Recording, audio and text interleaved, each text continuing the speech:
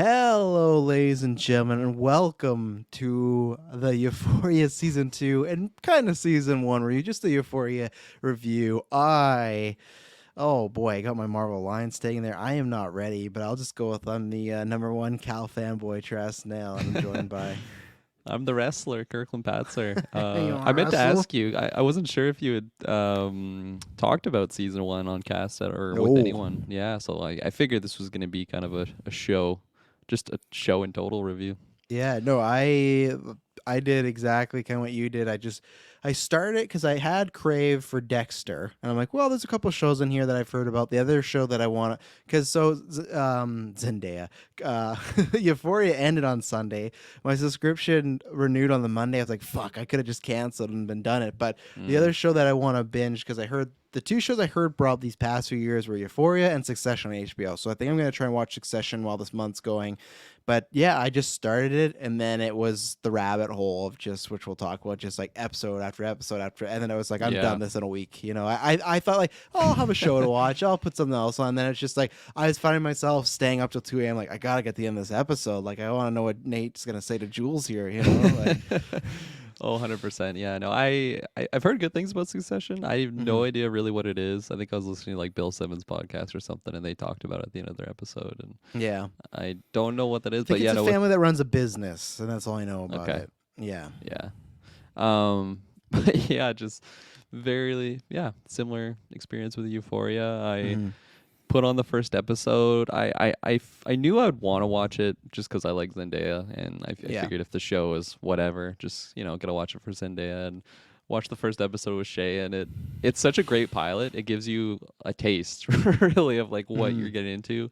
I think it gets even crazier from that point on, but it's a really good pilot for just what the show is and what to expect going forward. But yeah, Shay's like, I don't know if I can I don't know if I can keep going with this one. And understandably so. It's not a Oh feel yeah. good show, it's not happy go lucky show, but I don't even know what it was. I might have just started like episode 2 while we're eating or something. She's like, whatever. We'll instead of putting it off, Hmm. we'll just watch it. And then she got so hooked, and then I knew it was a victory because as long as I get her hooked on something, Yeah. Yeah. we'll be able to just binge it. And I think it even overlapped like when I had COVID too, so there was like no end time. Like you were saying, like, oh, staying up super late, gotta finish this episode. It was just like my clock was so out of whack when I had COVID. I would like Oh yeah. sleep and then just be up till like 3 in the morning or something. So Yeah. it was perfect to binge a show. And yeah, this was one where like you said, I just did not want to stop watching it.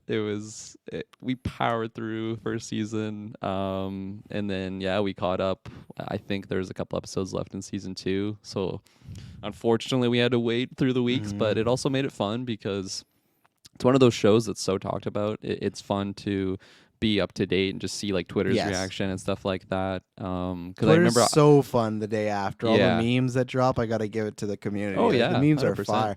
And I'm also glad that I was really not spoiled on anything for a show that's so popular. No idea about, like, I knew certain maybe beats of this character's was this, but I Mm-hmm. had really no semblance of spoilers or whatnot. 100%. I think my only it's not even a spoiler, but just inkling as to what's to come was we were on like maybe episode 2 of season 2, Hmm. and it was when episode 5 came out, and there was just so many memes. I remember you were talking about it on Twitter, and I didn't really know what it was, but you said like the GTA, like CJ running down the street, and I'm like, okay, don't really know what's gonna happen here, but okay. And then I think Zendaya posted a photo that it's not a spoiler, but I'm just like, oh, okay, something's gonna happen here, Yeah. and it just made the excitement level go up. But no, like you said, nothing spoilery wise, so definitely credit to, I guess, just the Twitter users out there. I'm sure some people posted, some spoilery stuff there, but I feel like Yeah. until you like interact with it, the algorithm just doesn't really like put it on your timeline or anything. 100%. But Like, then as soon yeah. as I think I don't know what I did, Yes. retweeted like something, now that's like all I see. And I don't even remember like following different Euphoria accounts or anything like that.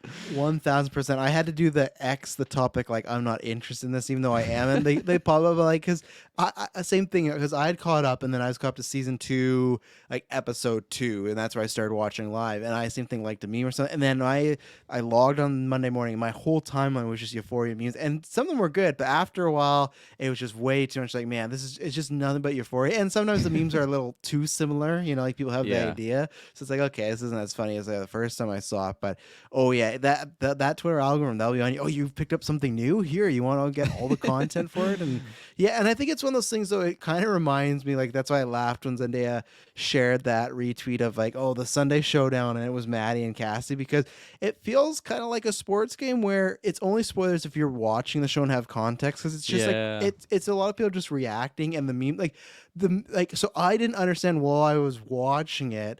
Like I said, I caught up to season 2 episode 2, the meme of Cassie, and this is where like really pushed me, like, oh, I gotta get through the season, of Cassie against the door, and it was, oh no, it's her when she's hiding in the bathtub. They put her in like all these different locations in movies and TV shows, and same thing, I didn't really understand it, and then when I got to like, oh, I get what everyone was saying. So that's a good thing. It's like a sports game where unless you're following the show, you Yeah, and it's not a show compared to something like Game of Thrones, where it's like, oh, this person could just be killed off, like later on Yes. in the seasons. Then maybe if you see something of them just being dead, you're like, well, now I'm spoiled. I know that they die here.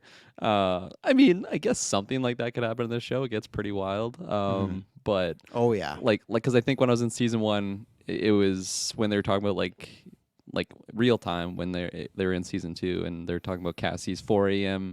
routine or whatever it was. Like I just saw that on Twitter on the side. I'm like, okay, well I know she's around in next season. Not that I'm thinking she's gonna get killed off or anything. So again, Yeah. I'm not spoiled it or anything, but I just don't really know what that means. And then obviously your comparison with sports was a good one, because Yeah. unless you're really watching, you have no idea, right?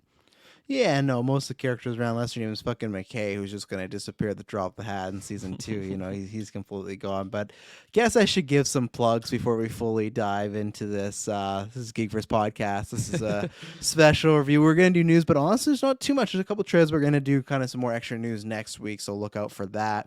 This Saturday, the GeekVerse Gauntlet, talk about a sports showdown. You got me and you, and we don't even know what sports games right now. Taylor's currently testing the Elgato streaming game, so we don't See if know. he's testing. He's been pretty Yeah. pretty silent in the chat. I really think he tries it once. He's like, well, that didn't work. And then he just gives up. Because this whole standard definition thing, like what I'm going to do, do you have any standard games at your home? Like, I want to give it to you and see if you could just figure out like that. And he's like, oh, I don't know. I tried the same thing here. It didn't work. Because Taylor sometimes will be like, well, it's just easier to do it this way, guys. Let's do it this way. But it's like, no, I want to play Mario Baseball. So if it doesn't work, I'm going to give it to you and give you some sort of standard console if you don't have one, and just see if it can work. Because it worked before. It worked for 2 24-hour streams, and all of a sudden we're trying to do 2 games here, and this thing doesn't work anymore.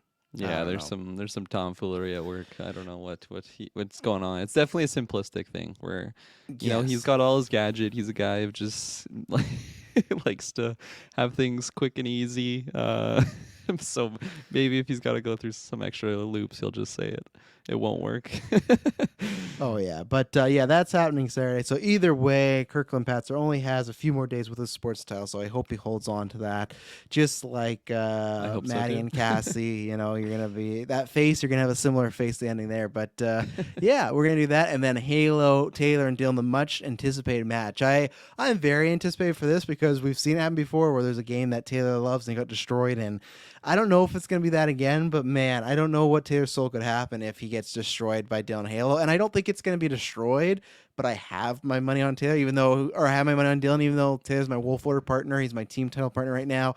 Dylan, just like when Dylan's that's his gauntlet career. When he doesn't care and he's in a rut, you could beat him any day of the week in his favorite game. But when Dylan's motivated, he's a scary motherfucker, and that's where I know he's motivated to beat Taylor. Yeah, I know he's been practicing too. That's probably why we haven't been able to get a hold of Taylor, because he's just week up. 100%. He's not even looking at the ready. Elgato. He's just playing Halo. Yeah, no, it's not gonna work. Only Halo, but yeah, with what happened to him and Briggs, I don't even think Taylor's played Gear since. No. If similar Destroyed things every happen, copy. he might just not be able to play Halo anymore. It's a demoralizing thing, especially when you're so passionate about it that you think that that's your game, and you just get slapped silly back to grade school. So I don't know. I really don't know. I feel like this is a 50-50 match. I'm hoping, just for entertainment wise, it goes down to the wire. Goes back to early days of me and Taylor and COD, where it's literally one Yes. kill. That's what you specifically want. When I You- won, but all those. you want a close matchup. You don't want the Yeah. matchup where you're like, oh, he's trying to make oh no, it's gone. It's tough to see. You know that Briggs matchup? It was like For the cringy. I title, couldn't too. watch. Yeah. Damn cheat codes. But yeah, look at that. That's our first gauntlet event. That's our kind of esports league. And we got some good events because we got that. And then the next event is going to be Kirkland and Saris versus me and Taylor in the team titles rematch. And that's going to be just a one match event because we're going to do a best of five. We're doing a Mario Party rematch. We're going to do a bunch. And then in June, I guess I'm just don't know why I'm officially announcing gauntlet stuff right now. But in June, we're doing a Strikers. Euphoria, man. It's the place for it. Yeah, that's if you want the GV scoops, you got to listen to those weird reviews. But yeah, and then in June we're going to be doing a Strikers Cup where it's going to be a round robin. Everyone plays each other, and whoever has that best record gets no titles, no really title shots, just like pride. You get to be the Bragging Strikers rights. King. Yeah, exactly. So that should be fun. And then the big one, as the time of this recording, we are 20 hours away from it, the Batman. Very excited. I haven't been spoiled. If there's any assholes listening to this that want to tweet at me, you won't be able to because I will not be on Twitter tomorrow. So, haha, too bad. You didn't get your chance. And yeah, I am very excited. This is I don't know if I've ever been this excited for a movie. If I have, it's up in that Dark Knight, Logan, Endgame tier with these movies. I'm frothing at the mouth. I cannot simply wait for this movie. I'm going to bed early like Christmas just Yeah. so I can get to tomorrow quicker, so. Yeah, it's bizarre because like there's movies like Endgame, Infinity War that just had such a build up. No Way Home, that was just such a magical experience for like what to come and like just bringing back old characters and stuff like that. Seeing Green Goblin on screen. This is a weird one for me because it's not like there was a first movie. It's not like I've seen Pattinson in the Batman suit or anything like that before, but it's leaving me with a weird feeling because yeah, I have that feeling again of just like I cannot wait for this. When me and Taylor did news a couple days ago, I was explaining to him like, especially when you're doing your countdown on Twitter and all that stuff, it's just like, oh my god, it's coming so quickly. And now that it's the week of, it's a weird feeling, and maybe it's because I'm just not on Twitter. I'm not just seeing it constantly of like reminding me, but like yeah, less than 24 hours, I would have Yep. seen and like been talking about the Batman. It's God, it's phenomenal. What a time to be Yeah. alive. And you'll probably already be tuning in a review, but definitely tune in because Dylan's gonna be watching it. Actually, Dylan's watching it right now as we speak. The motherfucker. Yeah. But he didn't see a single trailer, so I can't wait to get his reaction. I'm definitely throwing to him first tomorrow because that's quite the experience. So look out for that. Speaking of Dylan, me, him, and Saris, who's from the Gauntlet, who I will be beating in the springtime with Kirkland Patzer. He was on that Elden Ring review. Tons of fun. Nearly 3 hours talking about that game. Absolutely love it. And then head over to Patreon because that's the best way to support us. Get ad-free episodes early and exclusive. Vote right now for the Golden Geeks, the MCU, and the proper Golden Geeks. Those will be winners the last week of March and out. So lots of good stuff. Check out Manscaped, that code GVPOD. I can't wait. Hopefully, within the next week, we're going to be getting some new products that I'm very excited. I haven't tried them out, but I'm very excited because if these are products that I really like, these are going to be constant purchases for me. So I'm really excited. Look out for that. But right now, just go there. You get 20% free shipping worldwide, whether you're getting the 4.0 trimmer, whether you're getting the weed whacker, whether you're getting the t-shirts. That's what I like is their main product is great, and then some companies like have that where the main product's great and the rest of the stuff's kind of fine. So far, everything has been like top notch. So Such high quality stuff, Yes. man. I was doing the weed whacker, cleaning out my little nostrils. I was getting some my Mhm. filters, my nose hairs were getting a little too long. yeah, Works like an absolute charm, and I mean I'm speaking from someone that came from the old tweezer method. It's like God caveman. It's like caveman getting a computer. Like it's such a jump in technologies. It's phenomenal. So yeah, definitely check out GV Pod right now. Like I've said before, spring's coming up. You're gonna be rocking bathing suits. You're gonna be wanting to wrestle like Cal. You want to be showing up those bars. You gotta be manscaped. You gotta be looking good. So right now, GV Pod, go there, get it, and you help us out too. So, yes, let's talk about Euphoria. So we kind of already give our almost overalls as far as like how we started watching the show. What do you think about the show overall? So we're gonna be talking about season 2 primarily, but I think what I'm gonna do is kind of bring up characters, and then we'll kind of talk about season 1 and 2 kind of together at the same time, like for examples of what we think. But just the show overall, what did you think of Euphoria as you've binged it this week or this month? Yeah. I mean, it was basically just a couple weeks. If I didn't have to wait, week to week, it would have been Yes. done within a week easily. This was such a phenomenal viewing experience. it's one of those shows that like I really like felt sick to my stomach at parts because I just got so attached to characters. There's parts where I was just like cheering, laughing out loud. Like it's such a roller coaster of emotions, and Yeah. I just think like acting wise and just the quality of the production, the sets that they use, the music in it, it was just all in all like a great show. Was still coming out 2 years till we get season 3, so Boy. it's it's not over by any means, but yeah, I this is a show that I talk to everybody at work about because I just want it to be on their radar. I'm surprised a lot of people have never even heard about this, Hmm. and I give them a little like like preface of like I don't think this is a show for anyone or for For anyone anyone. and It's not for for anyone. everyone. Yeah, for everyone. Yeah, for sure. for There's definitely for some people no go. no, 100%. It's not a show for everybody, but I still think people should check it out because I don't know what they're into, and it's a show that has so many things in it, and yeah, it's just a really special show. And as someone that was a fan of Zendaya from, I think the only thing I really have experienced her with, which like the Spider-Man movies, Hmm. which is funny because her character is a character that I could probably act.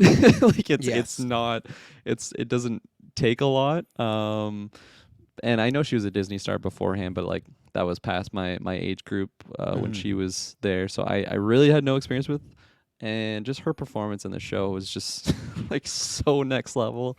She had me rooting for her. She had me just pissed off at her, and yeah, her emotional range, everything. Like she's such a phenomenal actress, and it's funny coming from where I just liked her, and now it's like, oh, I can I can like her more than just the way that she does these little smirks as like the role of MJ, in Spider-Man. Like Hmm. she's a powerhouse as an actress, and I'm so excited to just see where her career goes moving forward because yeah, just seeing the range of what she can actually do as an actress, it's mind blowing, honestly. And there was quite a few characters that there's quite a few actors and actresses that I just had never really experienced before going into the show, and they're phenomenal. Like honestly, Hmm. like I know we'll talk about them individually, but like Cassie as an example, like Yes. she like just the emotional scenes that she would show off, and like she's a powerhouse of the show too, and like there's so many of them. Maddie as well, I fell in love with. She was so great. But yeah, no, that's kind of rambling here, so I'll pass it off to you before I keep going. But Yeah, so it's one of those shows that like I said, I heard so much about, and definitely heard some from like a controversial stance. I always heard the whole like, the show's scaring, the parents of America and things oh like yeah, that. And I what I saw that would, tweet. yeah, what I would address to that is, I feel like definitely some of these things happen, but what they do is they've taken like the worst thing that's happened to every single high school and they just throw it into one show and stuff like that. And I feel like especially now with season 2, which I actually like season 2 more than season 1, but it's probably just because good quality, but there's just lots of interesting storyline revolutions and maybe things that are opening up. I'm like, oh, I'm really liking the route we're going.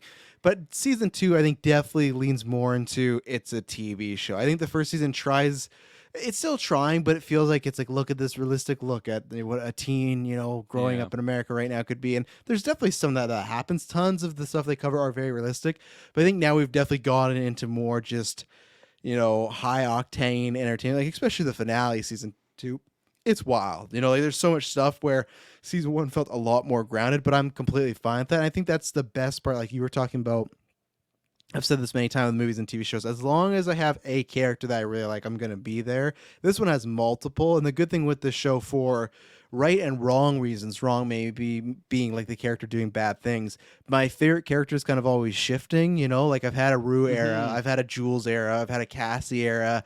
I've never had a Maddie or Nate era. Oh, I've had a Maddie era. I've definitely had a Maddie era. She's a terrible person, but that's a good thing. Other than Lexi, who maybe became a terrible person in this finale, where they're all terrible people, and that's where I can just look at it and go like, that's where I suspend my suspension of disbelief, because it's just they touch on real life elements, but it's heightened to the nth degree, Absolutely. and that's where it's just like for anybody that does kind of throw it out there, that I don't want to say they're uneducated, but I just feel like you're just kind of silly, because you can watch the show and go clearly, yeah, there's just like any other movie TV show, there's some things taken from real life, but they've definitely reached the threshold where okay, we're getting into TV land, and I love that the characters That's the best thing is you have multiple characters that I care about their journey. And even characters like Nate Jacobs, who I hate, I'm very interested in that character. Not the same way as like Boromir from Lord of the Rings, but he is one of, if not maybe the most interesting character because of, you learn about him, but the more you learn about his upbringing and things like that, when you have this character who is constantly doing good things, but being the absolute worst person,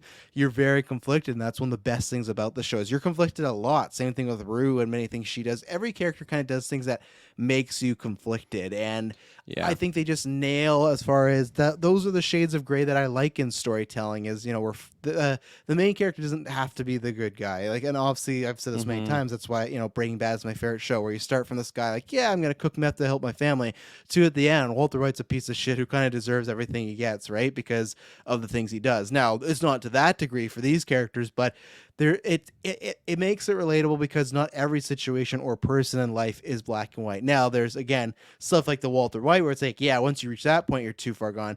No one's at that point other than probably Nate has been to that point a few times where you still feel bad, but you're kind of like, oh, you gotta, I don't know, like this is still not justice, some bad things, but acting's top notch, score, people have never said anything about Labyrinth, and they do a lot of the original score. My goodness, there's so many original tracks and music that just are so good for this. Like, I was almost mad that people didn't tell me about Labyrinth and like, oh, the score's so good. People really underplay that. Music's really good, and I love that. There's so many times they do this in both seasons, but it reminds me a lot of Nip Tuck. That was a show ahead of its time where it tackled a lot of like topics that are like racy. But one thing I love about this show that puts it apart from other ones is when they kind of do not fourth wall breaking, but like sketches or skits in the middle of a show. Like anytime Rue becomes a detective, fuck, I I am fucking loving that. love that. Yeah. Or when Rue and Jules did the whole like, different movies, romance and stuff. Like when they do, that's what sets it apart. Like the teen drama stuff's good, the artsy stuff good, but when also they kind of get a little tongue in cheek. And that's why this show just kind of like has everything. It has those dark moments, but it usually has a good, like the finale that we just had is a perfect balance of you can get the darkest moments to some, which I guess I'll wait till, some really bad stuff happening, to a cat fight going on that just has like the funniest dialogue and just like these reactions or just Rue's reactions the entire episode. So, and that's a tough balance to do these really heavy things and then go comedic. So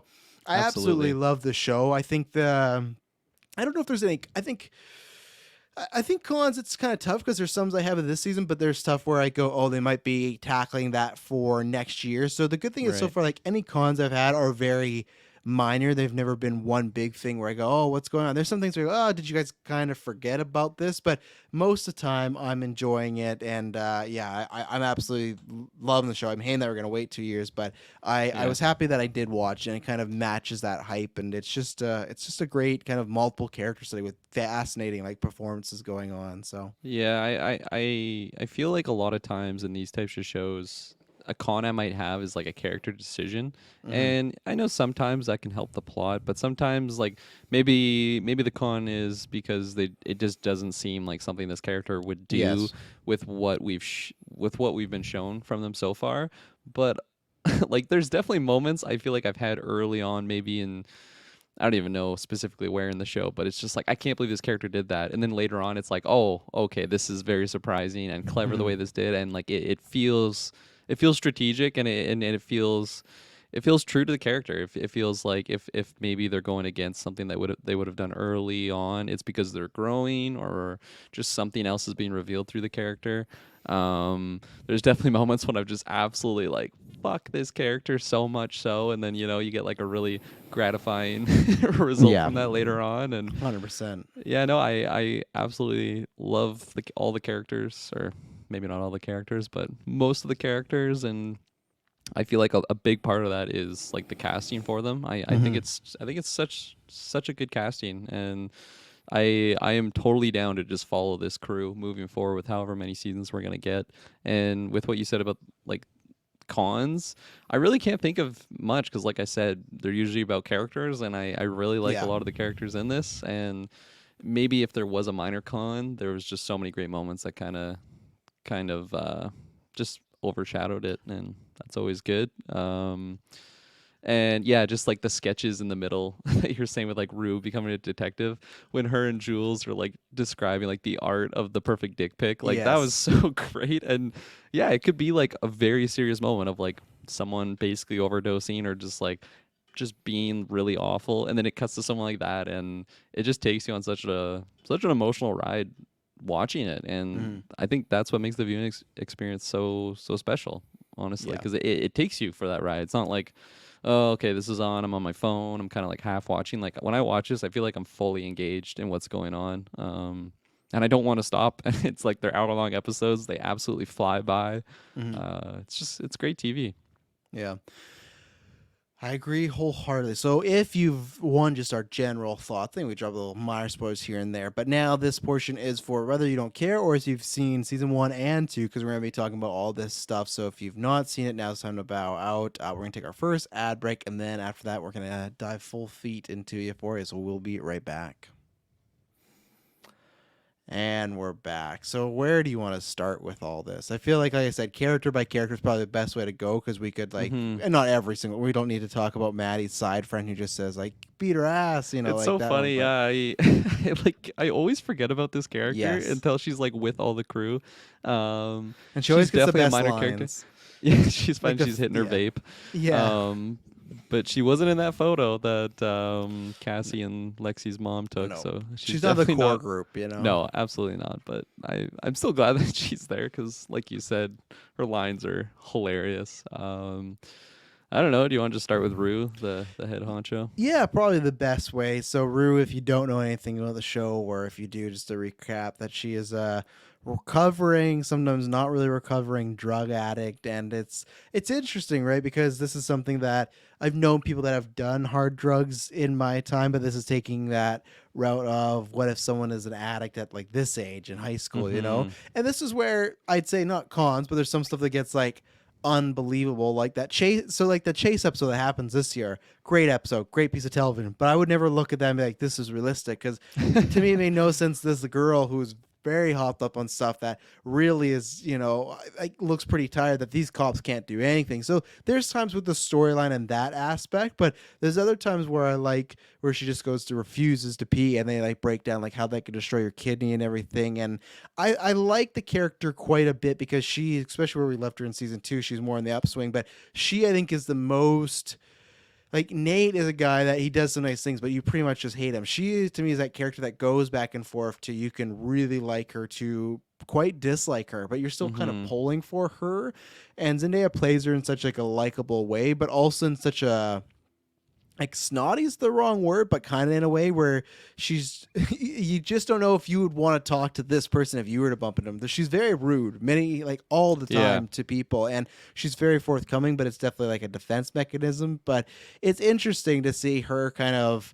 From everything to the drugs to Jules to, does she really love Jules or is she just replacing an addiction with another addiction? It's a Mm-hmm. very kind of interesting character study, but I think her being like the slacker or like person on the side is a good kind of main character too, because she's kind of the guide to the world. There's many episodes where she's sometimes not even in them that much, but to get us in this world, it's all from her perspective. And one thing I'll say before you go is I really like that. Obviously, there's some infighting now, but when the show started, majority of the characters were friends. They might not be the best of friends, but they're all friends. I thought for sure it's gonna be okay. There's Rue, and then there's the popular girls, and they like Yeah. all those tropes that they usually do. They don't really do them in that aspect of like the early 2000 almost Mean Girl sort of way, which many shows still do and movies still do to this age. So I like that there's different sections of the characters being closer friends than others, but they're all kind of associated with one another and friendly. Like the prom episode at the end is one of the best examples where they're hanging out together. So yeah, I think she's a good guide to this world and a good character in herself. Because like I said, every week you don't know, you're always on her side, but you just don't know, are you going to agree with her or disagree with her? 100%. No, I 100% agree with everything you said there. Especially with like the friend group there, because I remember just speaking to you and just our own experiences in school. Like it was very normal to just kind of have friends in every clique. Yeah. Like maybe I'm not a part of this clique, but like I pretty much knew and got along with like everyone in the school. And Mhm. like you were describing, like a lot of shows still have that Mean Girls thing where it's like, oh, that's where the plastics are, you know, the emo kids, and we just don't ever talk with them. And I feel like it's very cartoony and unrealistic because, Mhm. you know, if you have a group like this that probably grew up together in the same town. Like they probably went to elementary school, like middle school, all those schools together. So maybe they're not super tight, but like they all know each other. And exactly what you said, like that prom episode definitely showed that because, you know, there'd be moments of like Rue in the bathroom and then Maddie like, oh, I thought you were in rehab, or like just Yeah. like instead of just being like, oh, there's that druggy girl, like they actually have some moments together. And I think also just having like Lexi as like a former best friend of Rue, and then obviously like her sister's Cassie, and so it's like a Venn diagram of friend groups where Yes, like hundred it's percent. The it's like inspiration web of like yeah, who's yeah. connected to what. Yeah. And I really like it because that's a very realistic thing. Because, like I said, like just coming from our own experiences, like we were kind of friends ish Yeah. with everyone. Maybe not best friends that are hanging out all the time, but I think they capture that very well, and that's a realistic thing that they have in the show.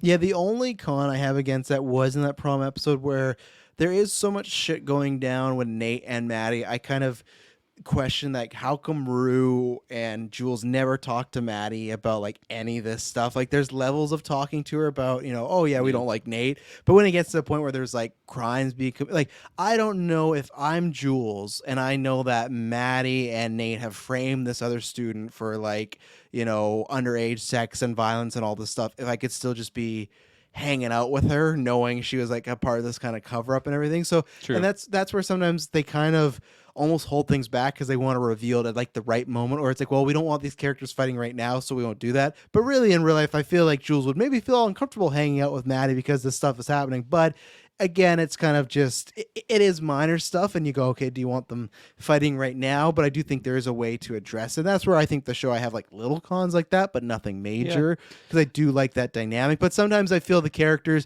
for being so friendly, there is a lack of like discussion sometimes about the things going on. Where if you all sat in a room, maybe you could figure this out. But again, you know, doesn't always go that way in life. But sometimes with this show, when there's such big events happening, you kind of go, okay, this is, you know, why aren't we talking about this at all? You know, but Well, and I think that's something that makes the show really special is that they have a very, in my opinion, healthy balance of having like grounded, realistic stuff going on, and then just like over the top, yes. like it's a show, right? Like it's Hmm. entertainment, and I think they found a really healthy balance there. Like we were, I think you were mentioning of just in season 2, it's definitely gotten like a lot higher than The life finale's moments. definitely leaning more to the show. Yeah. Absolutely, but Yeah. I think the transition was very natural. That Hmm. like I forget what specific moment happened. Definitely in season 1, but I was just like, ah, man, like this bugs me because there's no way that this would actually go this way in real life. You know, it was probably the Nate like kind of blackmailing Jules thing where I was like, come on, man, like real like all she has to fucking do is go straight to the cops right now, like and Yeah. just get ahead of this and just explain everything. Like, hey, this guy is holding me hostage, Yeah. blah Who blah blah, and also would just have all these photos too. yeah, You no, know. exactly. So like that moment, I was kind of bugged, but it's not like the whole show was that. So then it would get to like Yes. a really realistic thing, and then maybe a little bit higher than life. And I just thought that little like handover into season 2 when we get into yeah like the crazy chase scene, and I think That play yeah would have that been shut down. That play would have shut down after Act One. I love the yeah Nate Jacobs dance, but the second any teacher would have saw that, there, my favorite response to that is when Nate storms out and he's just mad. But like when Cass like, so what's wrong? homophobic. Yeah, it's so homophobic. Like that's the reason he's using. But in real life, legitimately, that would be the reason. They'd be Yep. like, okay, you could not, even if he's like an asshole, you could not single out one student and be like, we're gonna tell everyone he's gay and all these fans. And then once it's like they're fighting on the stage and Lexi comes out, oh, this isn't part of the show.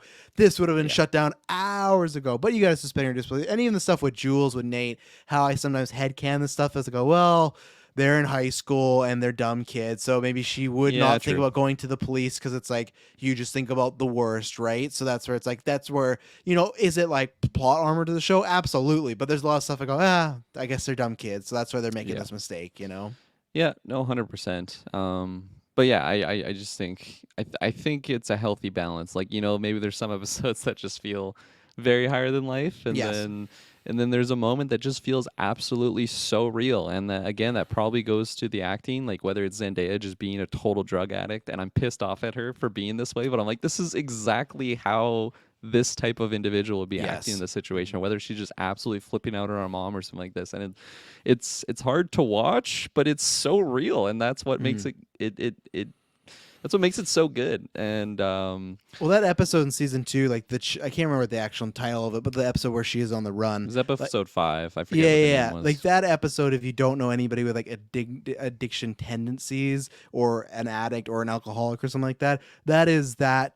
Like as Taylor would say, true and true. You know, that is like what they do is they manipulate, they say anything, they lash out. Like that whole thing about her revealing the Cassie Nate thing. That's what you would do is like you didn't get your way, so you almost put it off on someone else, and you're mad. You're using any kind of outlet or person you know to try and get your fix, to try and get money. Like that's 101, like addiction right there. And that's Hmm. where, yes, it's in this episode where it's very heightened of like, yeah, this whole police chase is pretty outrageous. She outruns multiple dogs. Like there's so many things where like this, like you said, the bounce is there. But then the reason bounce there is because the core of it is this realistic journey of, you know, this addict. I will be interested to see what they do in season 3, because season 2 ended on so much of we're getting into like the unrealistic show part that you're enjoying.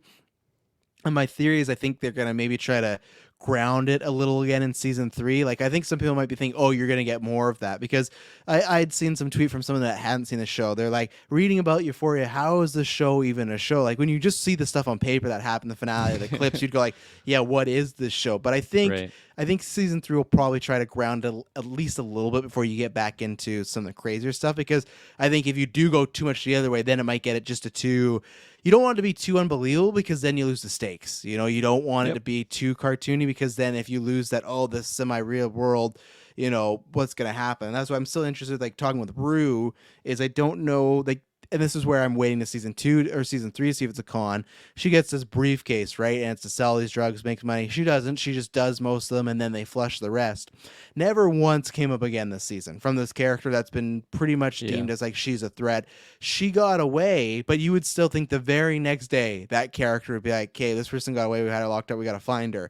And it's weird because at the end of season 2, they're like, oh, at the, you know, for the rest of the high school year, me and Jules didn't talk. So they're almost implying when we start the show, there'll be a time jump. So you're telling me like 6 months plus, this like big time drug dealer is not looking for her stash. That's where I'll wait till season 3 to see what happens. But Yeah. that's some of that heightened stuff where I go, okay, you maybe went too far. And then if you don't really answer it, if it's just kind of a hand wave, you go, oh, okay, that's kind of a con. But like you said, because some of the character dynamics are so good, you do kind of hand wave the stuff, because again, it's just you're enjoying to see these journeys, you know.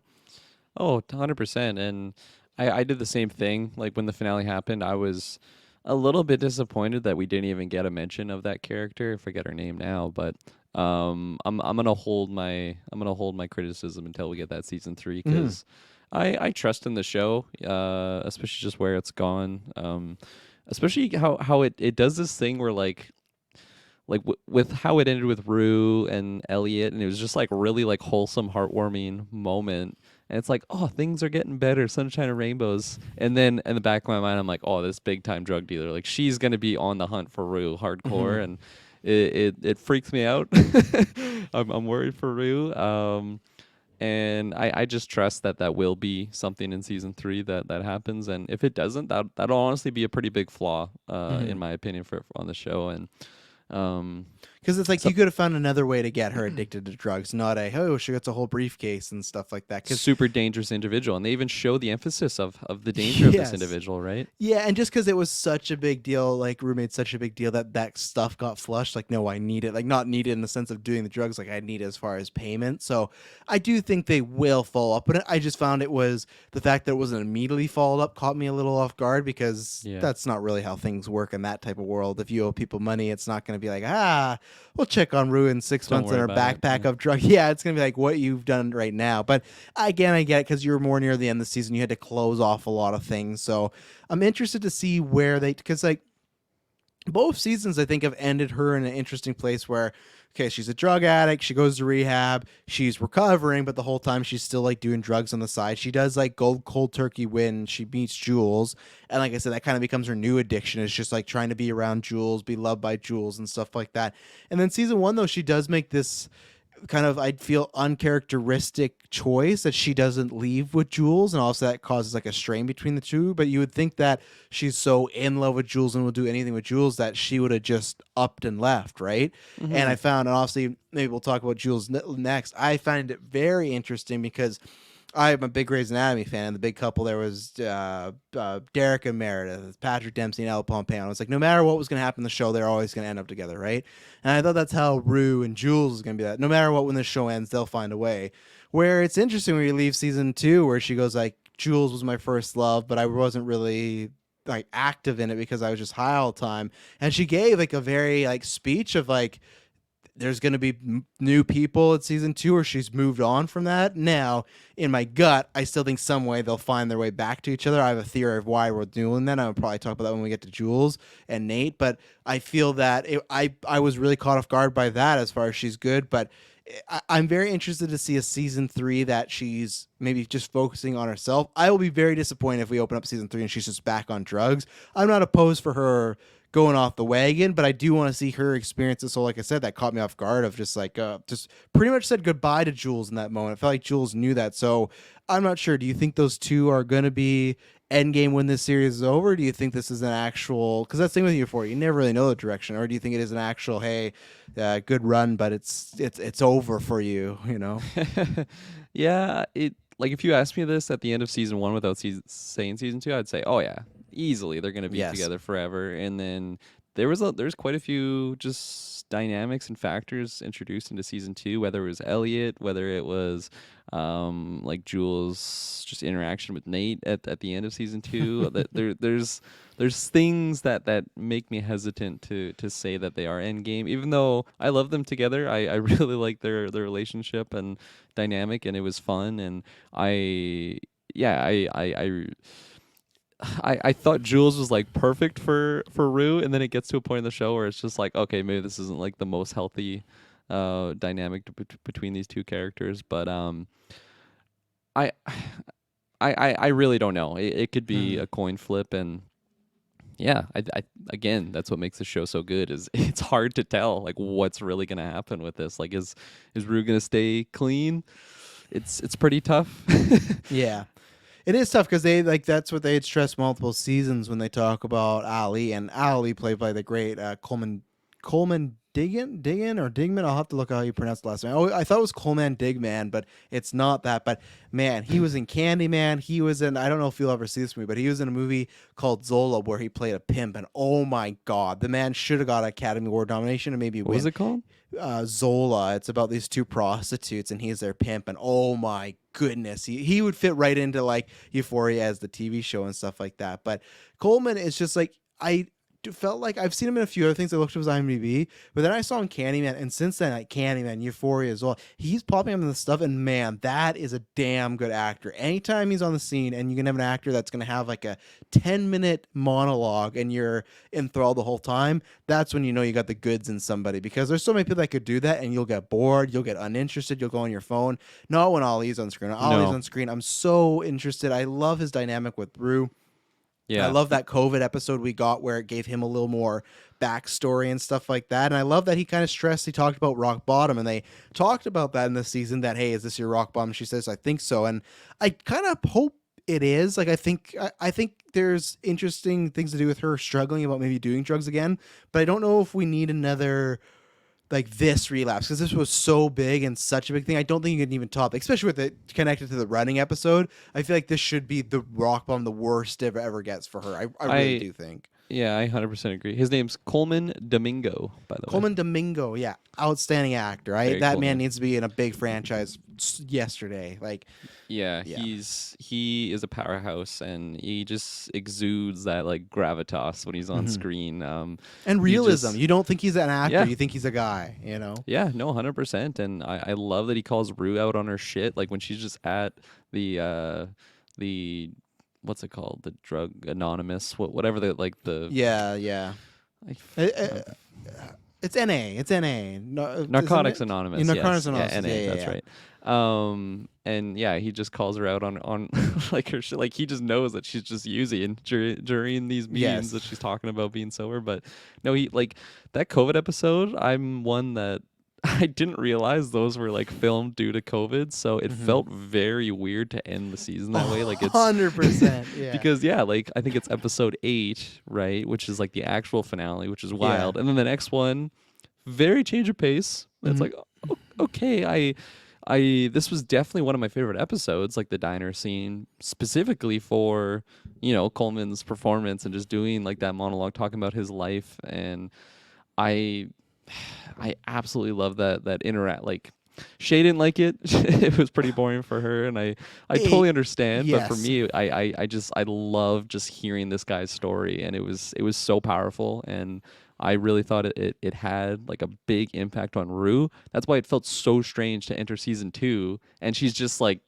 It's almost like that conversation didn't really happen. Like Mm-hmm. it gets brought up later on in the season, but she's just like off the wagon again, and I'm just like, really? I thought she was doing pretty good at the end of season 1, right? But yeah, there's a weird disconnect from those episodes. Yeah, that and the Jules episode remind me a lot of course, because Ryan Johnson directed, always has been controversial, but is the Fly episode in Breaking Bad, where it's Jesse and Walton, they're just stuck in the laboratory for a whole day because they Ryan got locked Johnson in. directed that? Yeah, yeah, yeah. And he directed Oh, I didn't know that. Ozymandias, the episode, I don't know, where a lot of bad shit goes down with Walter and Hank in the desert. He directed that one as well. But Wow. yeah, yeah, he directed some of the best ones. But that episode where it's just Walter and Jesse and they're in the laboratory, like trying to get this fly, but it's really about like them, like there's a lot of development with them and their lives. And it's like, I remember it was like the first time in ever Paul talked about Jesse.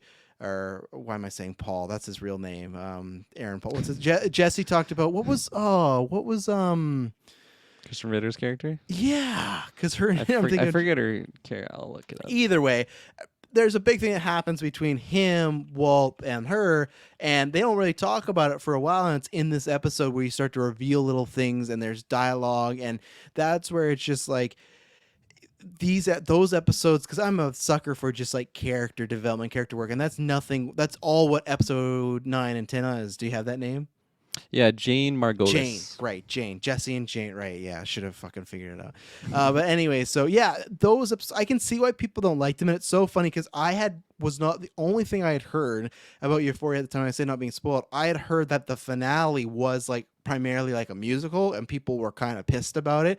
It feels like it's one of those 50-50s where people absolutely loved it, or they're like, man, like the last 20 minutes of this. And I could see, like, for me binging it, I liked it, but I could see maybe it being the last episode in quite a while. You could have been like, man, like there's so much on the table, which I kind of got a kick after how season 2 is like literally like a musical play, like it's ending with this again. But those episodes are really good. And I think what I liked about it is because I'm somebody, I have these conversations all the time. This is why a lot of times I really respond to characters like we talk about all the time, stars like a Kylo Ren, or characters that are those kind of tortured souls. Because Ali's whole like discussion about mistakes don't define a person, and how you can do these bad things and you can regret them, you still have to live with them, but that doesn't shouldn't necessarily paint you as that's your entire life now, judging on the mistake. Of course there's levels to it, but even then he did something really horrifying and he paid for it. He lost his family. He regrets every day. That's why he did tons of drugs. But it's one of these things of like,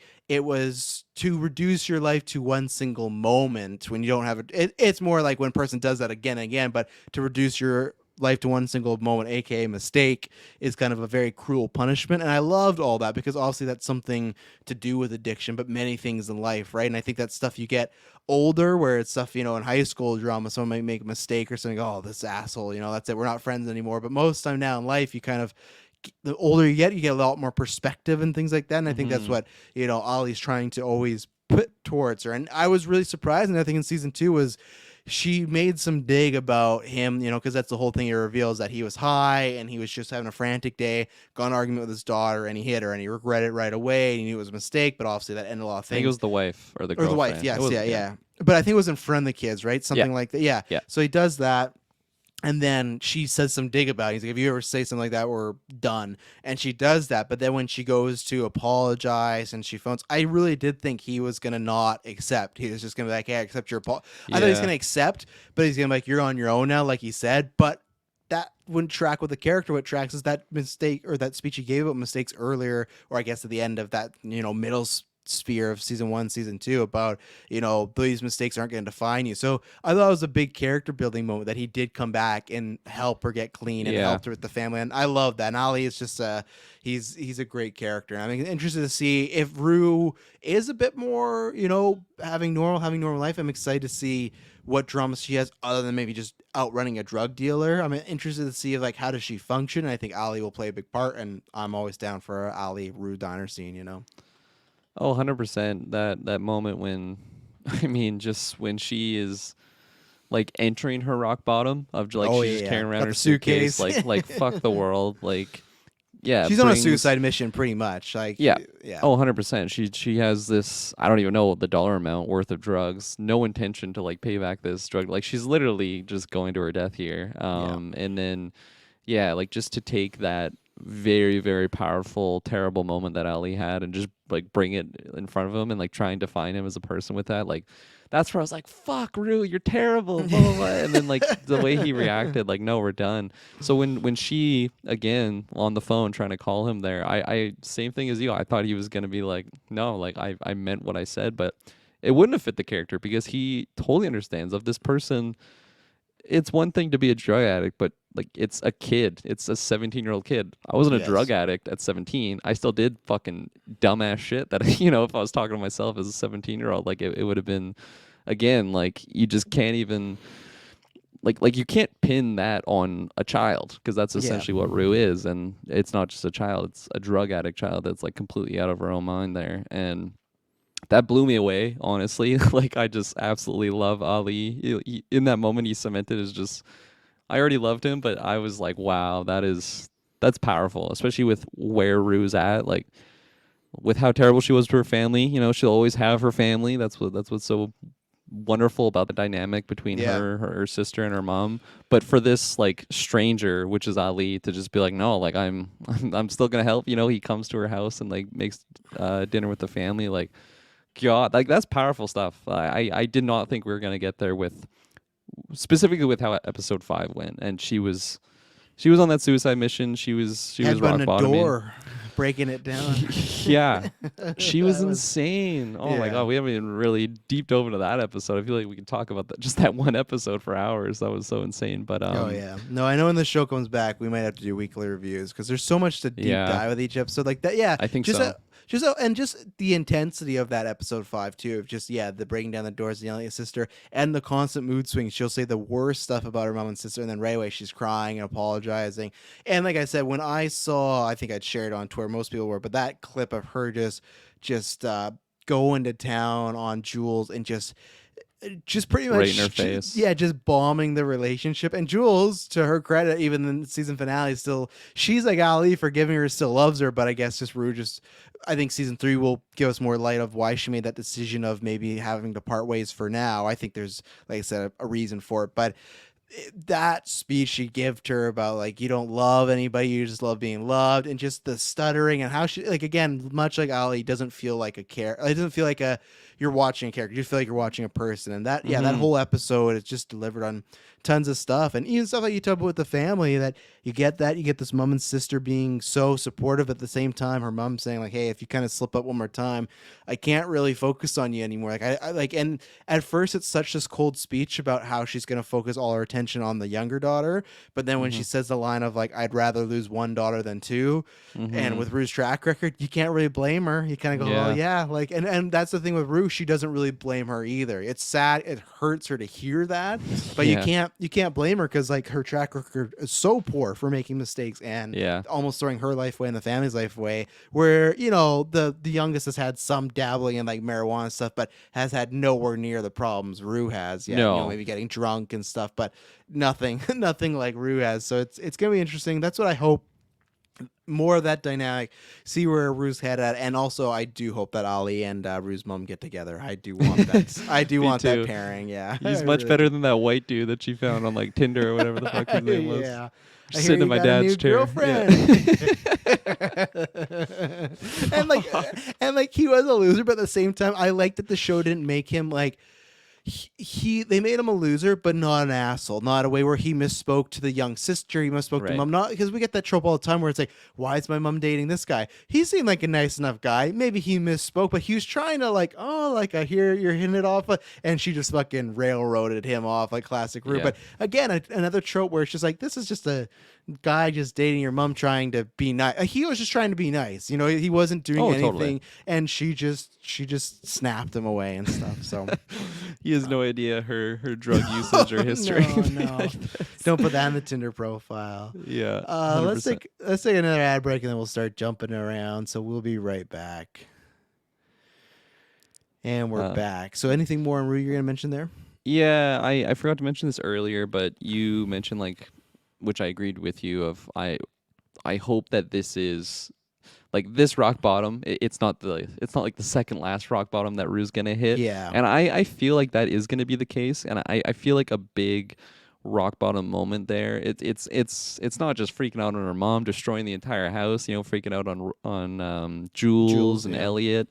I feel like it was the actual like injection of the heroin because like Oh, yeah. she seemed like so opposed to that, and it was such a it like it was something she had never done before, and even with how far off the edge she was on just her drug usage, like it still seemed like it was tough for her to do that, but she was just so she was literally at rock bottom. Like she needed it. It didn't matter if it was actually gonna inject into her skin there. I think that was a really big moment that actually stuck with the character, and I that moment I believe that there's a lot of emphasis there on what would make me think that that is the rock bottom. And also I want to like Rue, so I really want to believe that that is the lowest that she'll go.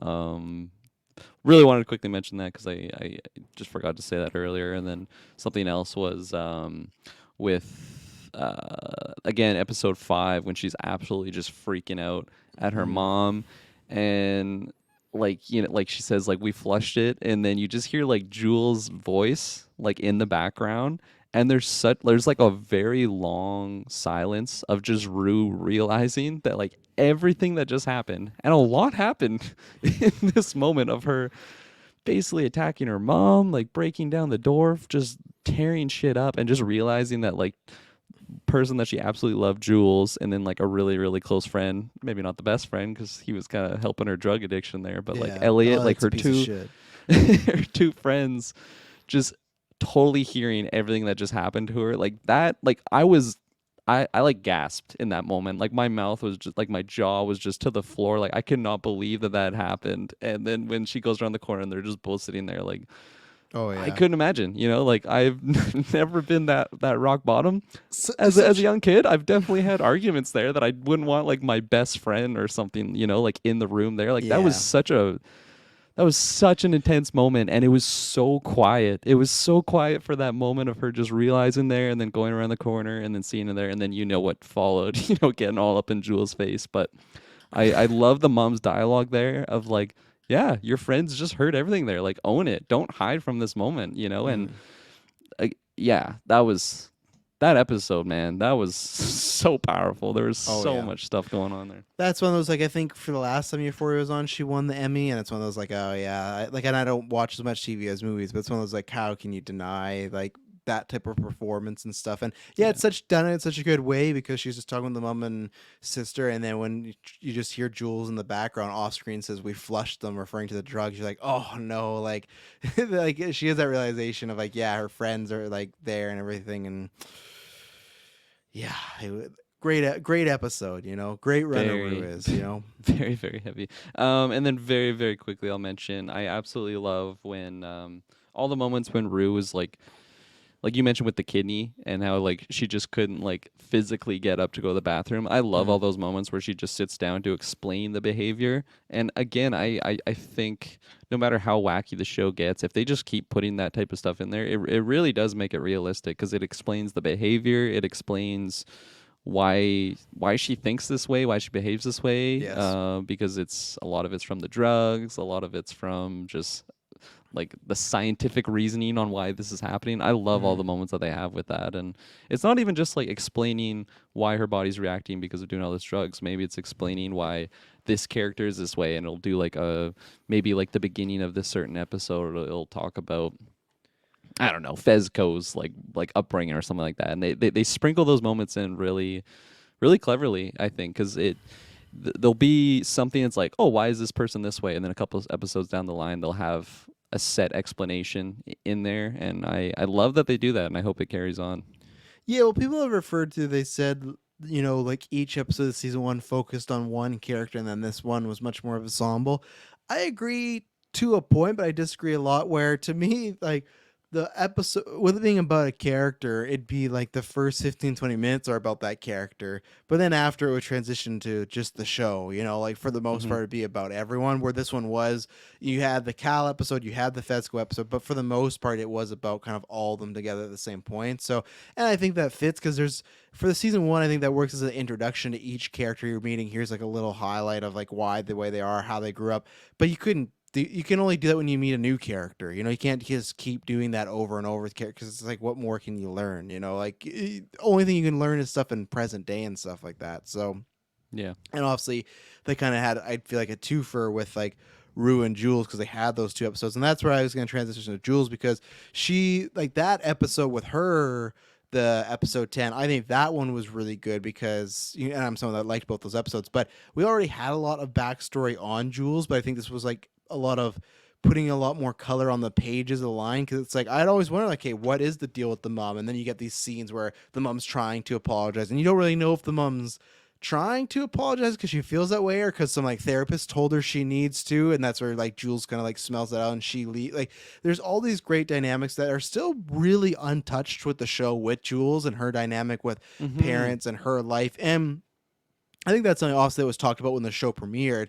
It's such a bold thing because you have all these. It's so funny, right? You have all these companies, the major ones, especially you look at Disney or DC, like all these very mainstream ones talking about how they're gonna do inclusivity and talk about LGBTQ QT like characters or like motivations and stuff like that, and they're always like, oh, a kiss that could be edited out, or it's like, oh, this is a trans character but they're off in the background. And like, yeah, but this is like, and this is where obviously it's different for us because we're talking about in season two, but in season one, just like it's bold how what I love is it's a main character. It's a character that is connected to the really main character of the show. But what I like is her transitioning from a male to a female, her being trans comes up in the show, but it's not her character's defining feature. Yeah. There's episodes and storylines where it is, of course, with her parents, because fuck, that episode's heartbreaking. It's the track is Forever with Labyrinth, and that's where it's like, who's Oh doing the music? God. But I think it was episode 5 of season 1 when they have the Jules backstory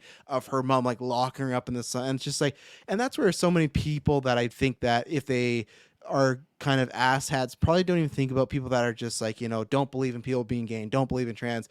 You don't even realize what some of these people, almost majority of them, have to go through just to live the lives that they want to live. And that's the thing, like, Hmm. because she's a little bit different, she's having these different feelings. Her mom decides to lock her up pretty much in an insane asylum with a bunch of people that seem like might be clinically insane, where she is not. She is just feeling different, like kind of chemistry within her body that, or she is, he at that point. But then this is the early stages of her feeling something's different.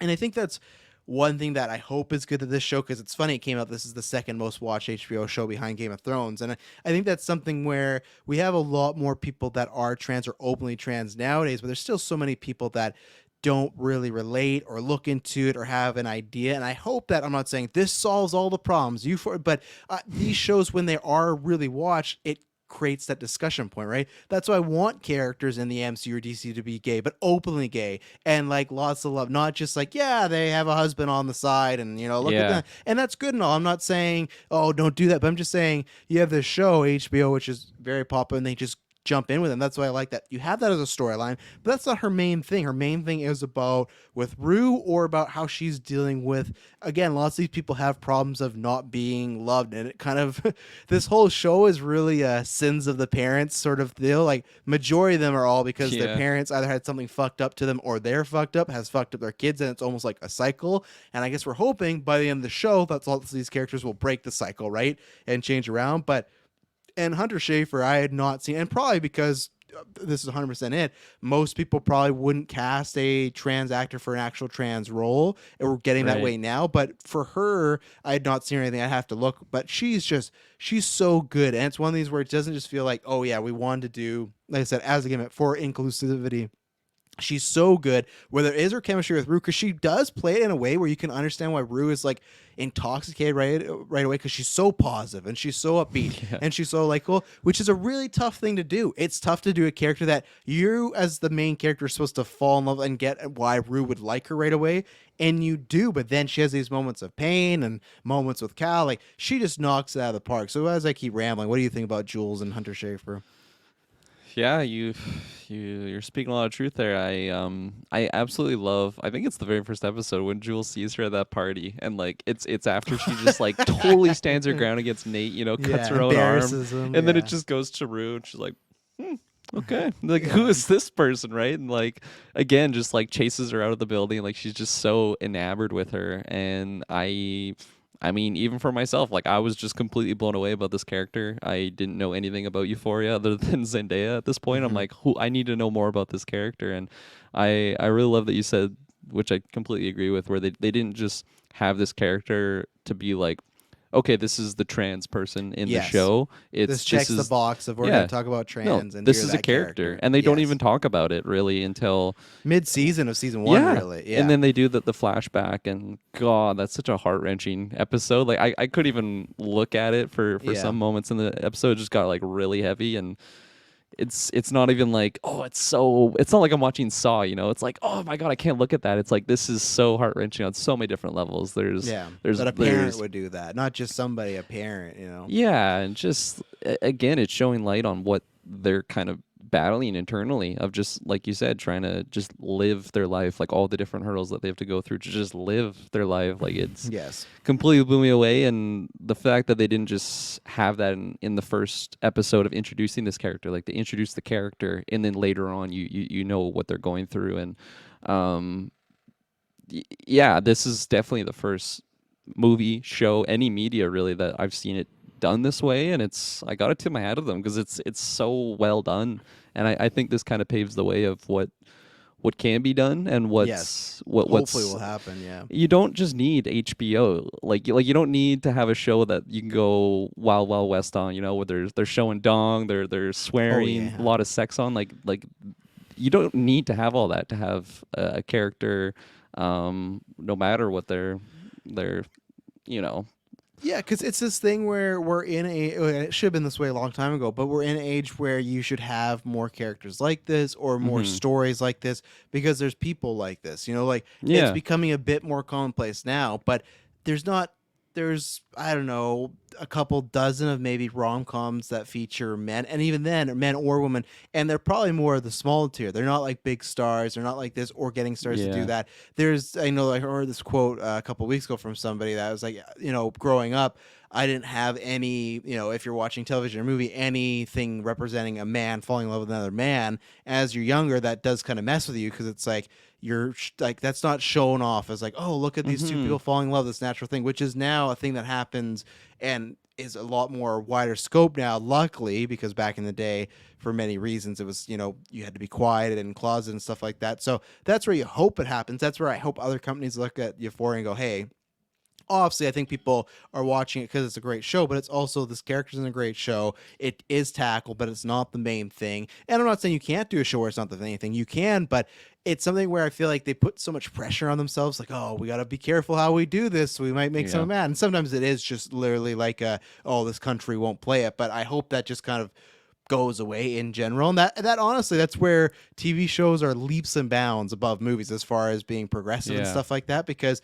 they don't gotta care. It's on streaming. Hey, if you don't have HBO Max in fucking China because these two guys are making out, well, sorry, we're making a killing over here. And that's where I get movies $1 billion, but I hope we can get to a stage where it is more commonplace. And I think this show helps. And that's the main thing, where Jules is just a great character because you can see why the relationship with her mother, and then just always she is, it sucks, but they do this kind of like montage of lots of people she's been with, right? She's a whore. I'm not a whore. Oh, you're a slut. Okay, I'll accept a slut. But they've done this montage, and the reason she's like that is not because she's like a slut per se, but she even says it like, someone bats an eyelash or says right thing, I fall in love, and she's just trying to find that like a partner with somebody, and they do this montage of it's always guys that are married, or it's always guys that are like, well, I'm not gay, and stuff, like all these things of people that are always trying to deflect against her. And with Rue it's different because technically it's kind of one of the first times she's been with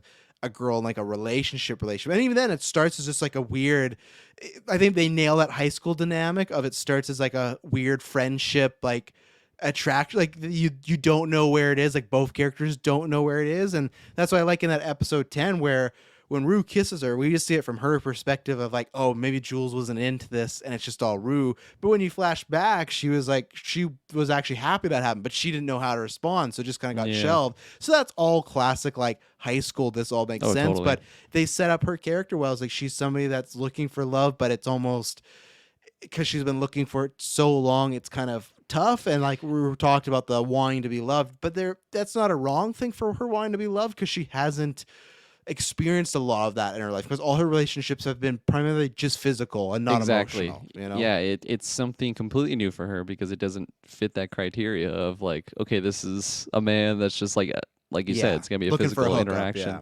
Yeah, that's because I think there's even a line where she says like I don't know if she says it specifically, but it's almost like she's only into men. Yes. and something then, like that, yeah. Yeah, and then the moment with Rue happens, and then it kind of has her questioning just kind of everything, maybe the dynamic of their friendship and just kind of what she's into, whether sexually or whatever it might be. And yeah, speaking to like the other COVID episode with Jules, I absolutely love that one as well. Again, it's just unraveling the layers of the onion, which is the character of Jules. She speaks upon her mom, and I love the moment of just speaking to the therapist when she's explaining like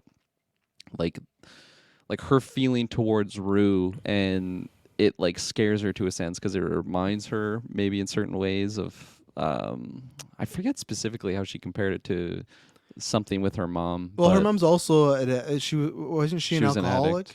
Or something yeah, like she that. She had an addictive problem too that she was in rehab for when we met her, like present day. That's when she was coming to like apologize and stuff. So it's almost like that expression, like you date your mom or you date your dad, like you date somebody that like has similar qualities, and that's what she's kind of fearing. And oh man, that episode of like the flash forward, like if they're together and she shows up home and like she won't answer the bathroom. Oh my god. And that I had never thought about, because I've been with someone that was in heavy drugs that did not work out as a straight edge person. That's why I was like, no, this is not this is not Emily, my life. sure? No, yeah. What do you think she's doing right now? But I've never been in that situation where I've been in love with someone that would have that problem, and I never even thought about that. Like, man, at any point you would worry about them falling off the wagon and possibly like owning, like your whole life could just be ruined like right away. And like I never even thought about that till I saw this episode. Like, fuck, like that would be awful. Very heavy. It's all dependent on this person, and your life could be over like that. And that idea right there, that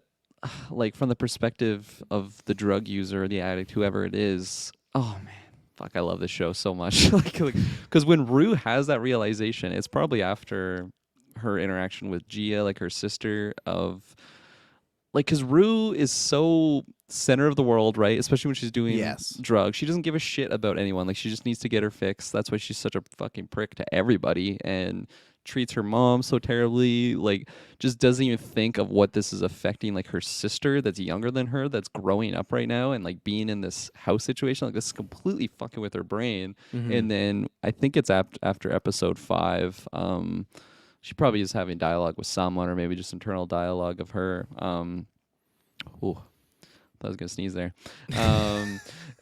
Of her just like realizing that like she even if she doesn't want to get better for herself, like she owes it to her mom, she owes it to her sister, she owes it to Jules, like she just owes it to the people around her. Mhm. And that is just such a powerful realization. Again, I've never been like a hardcore drug addict, but I remember there's just even a certain moment in my life of realizing that like, oh, it's not just me, player one in this life. Like, you know, Yes. like I have an effect on everyone that I kind of interact with, and it's even just emphasized times 100 when it comes to your family, right? And like I don't even know how I was going on that tangent. I think speaking to like just the effect that it had on Jules, and I early on when I think it's that really again really just gripping episode when Rue takes the fentanyl, kind of forced to do the fentanyl Mhm. from fucking Mouse, the Oh creepiest god, character I've yeah. ever seen on TV. Fuck. And then like Jules has that dialogue with her of just like, I'm not playing around, like I'm gonna completely just cut you out of my life if you just keep on this track, right? And that's what made me love Jules, because I'm like, oh my god, she's gonna be the guardian angel to Mhm. Rue. But then when they She dive left her. into, yeah, she did And she leave left her. her, yeah. And when it jumps into maybe the not so healthy dynamics of the relationship, whether it's just maybe, yeah, just her Rue not being able to depend on her, or Yeah. like Well, I that think that's it because consistently, yeah, or when she is using her as like I've said, kind of the addiction for the addiction, she yeah. leaves her. So what happens when she leaves her? She needs to fill that addiction, and then like Jules has somebody that just unabashedly will just love her kind of no matter what. And you know, there's many times like even in season 2, like man, talk about another heart wrencher, like gut punch when when like they're in the car and Rue is high and they're about to drop her off and she's just like, I just don't even want to be around you. Like I don't even fucking like you. And she says that to Jules and Jules has this realization like, oh man, and that's where it feels like I'm very excited to see them split apart for a bit to see because I Hmm. think what will happen is they will realize that they do both, you know, love each other through the BS and they'll find a way to get back to another. But you have this person that the whole time Rue's always like been kind of obsessed in a good way about Jules. So the fact that you have this character who's telling you that she doesn't even like you anymore as a person and then saying all this stuff, like it definitely is I feel like Jules gets a little lost, and that's why it's almost like at the finale when she tells her that she loves her mister, it's like, okay, does she actually love her mister, or does she just love and miss that presence of having somebody around to be dependent on and be around? And Hmm.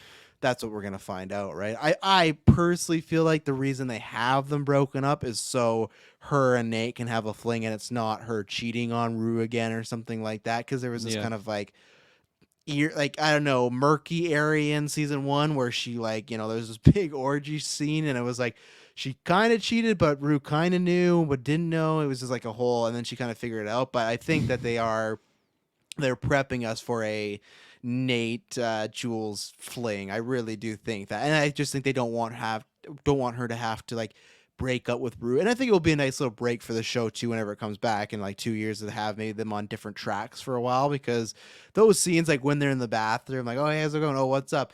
Oh man, that is like, I think everyone's been there with anyone they've broken up significantly other, like especially in that era of you just bumping into them. Man, it's just like two gunslingers sometimes. But uh, yeah. Anything on Jules you wanted to point out?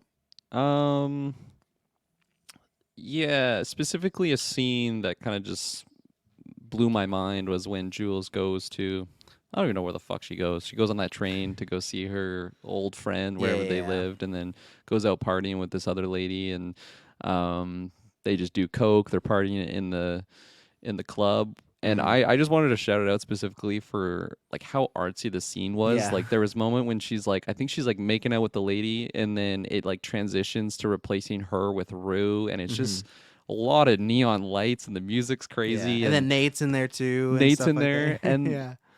there's so many moments like that in the show where I'm just like, I can't believe how well structured like the show is, whether they're doing the shots, and it's just like it's so artsy because there's so much things going on, and then it almost makes you feel like you're on drugs because there's so much just crazy shit going on, whether it's transitioning from replacing this person with this person. And that was just the one scene I specifically had at the top of my mind. But you know, if I wrote all of them down, I probably would have like three lists going on of just how many masterful scenes that they create, whether it's the cinematography or just the way that it's structured, with Oh yeah. going in with the score, the music, everything. It's so good. It reminds me of that scene in particular, that club scene when there's a lot of transitioning of the making out and like love making, reminds me of season, I think it was 2 or 3 when they did that with Hannibal, when it was like Hannibal, Will, and then I can't remember the doctor's name, and then they also had Yeah. like Mason Verger's sister, and it was just a bunch of like, you don't know who's fucking who right now, and there's just like Yeah. all this weird stuff going on. But yeah, that like this reminds me of Hannibal in the high school way. But yeah, let's take an ad break, and then I got one last thing to tell with Jules, because that'll transition us into Nate Jacobs and probably talk a little Cal Jacobs as well. Oh So we'll fuck be yeah. right back. And we're back. So yeah, what I like, because I said that theory of, and I think that's the route they're going to go, because anytime, so this is when I think the show really hooked me, right? It's like, okay, it's drama, the drug eye stuff. When it was Jules is texting this guy and the reveal that it's Nate, it was like, oh fuck, like what is going to happen here? That's when I was really like, okay. I remember just having, that was the night of 2 a.m. It was like the carnival episode. It's like, I just got to stay up because I know they're going to meet in this episode. It said in the synopsis they're going to meet. I got to get here. And especially that scene is played so well. And Nate's kind of motivations are played so well, because you never really know how he feels or what he's up to. But even that scene when they meet up in the park, so they've been texting this whole time, she's falling in love with him, he's doing it to kind of like, blackmail her, but at the same time, he's admitted many times that he was like, that was in season 2, a few episodes, like, I meant everything I said. So he was kind of like accidentally falling for Jules in that moment. So when they get to the park and she's just like, I can't trust you, and he's like trying to kiss her, and he asked her to open her mouth, just like Cal, and there's so much to break down there. But like, it's this great scene of like, for a second, you're like, oh, maybe this Nate guy is like a good guy, and maybe her, because I thought him and Jules were gonna have like a secret thing going on, but then he just does a 180, like, I'm gonna fucking ruin your life, you're a good person, but I have this tape, you're gonna be child pornography, all this sort of stuff. And it's just so fascinating because you have that, and every time there's like a break and they don't talk to each other for a while, you get that club scene, or you get the scene like in the second last episode of this season, right before Nate Jacobs gets the big play dedicated to him. It's this dream he's having. He said for years he's had this dream about his dad fucking him, which we'll try to break down the best we can possibly. But what's interesting is, I imagine in that dream, though, he's always said that, oh, he's had this nightmare recurring, but Jules was in the nightmare. I imagine that she's clearly not always been that nightmare because he just met her, right? So she has been transfixed in his life. So every time they kind of like, it's not really brought up, or there's not a storyline between the two, they just drop like a little thing. And I think it's because she fell madly in love with this guy, and he checks all the boxes of everything she was looking for, right? And then for him, I think it's this weird dichotomy of, he is either bisexual or gay, but he could be with Jules because in his fucked up mind, he's like, well, I'm not gay because I'm with a woman. It doesn't matter that it's trans. Like, this doesn't matter. Like, she's a woman, and she is, but like, this is the way I think they've position the Nate Jacobs character of like, that's how messed up his mind is like, oh well, this is kind of somewhere in the middle for him. And it's like, no, like, you gotta figure your shit out. You gotta stop jumping from one girl to another and stuff. But every time they, you think, oh, that storyline's not a thing. And my last point before 30 on this dynamic is that I love that in the episode, I think it was 6, where you had him go get the tape back from Maddie, because I'm like, man, how this is gonna happen. Maddie's gonna find out about him and Cassie, and she's gonna release that tape as payback. And I like that they made the Nate character smart enough to know she was going to do that. Now, it was super fucked up how he got it back. He was going to kill himself. He's like, I was just joking. There's no bullets in the gun. Like, no, dude, there's bullets in that gun.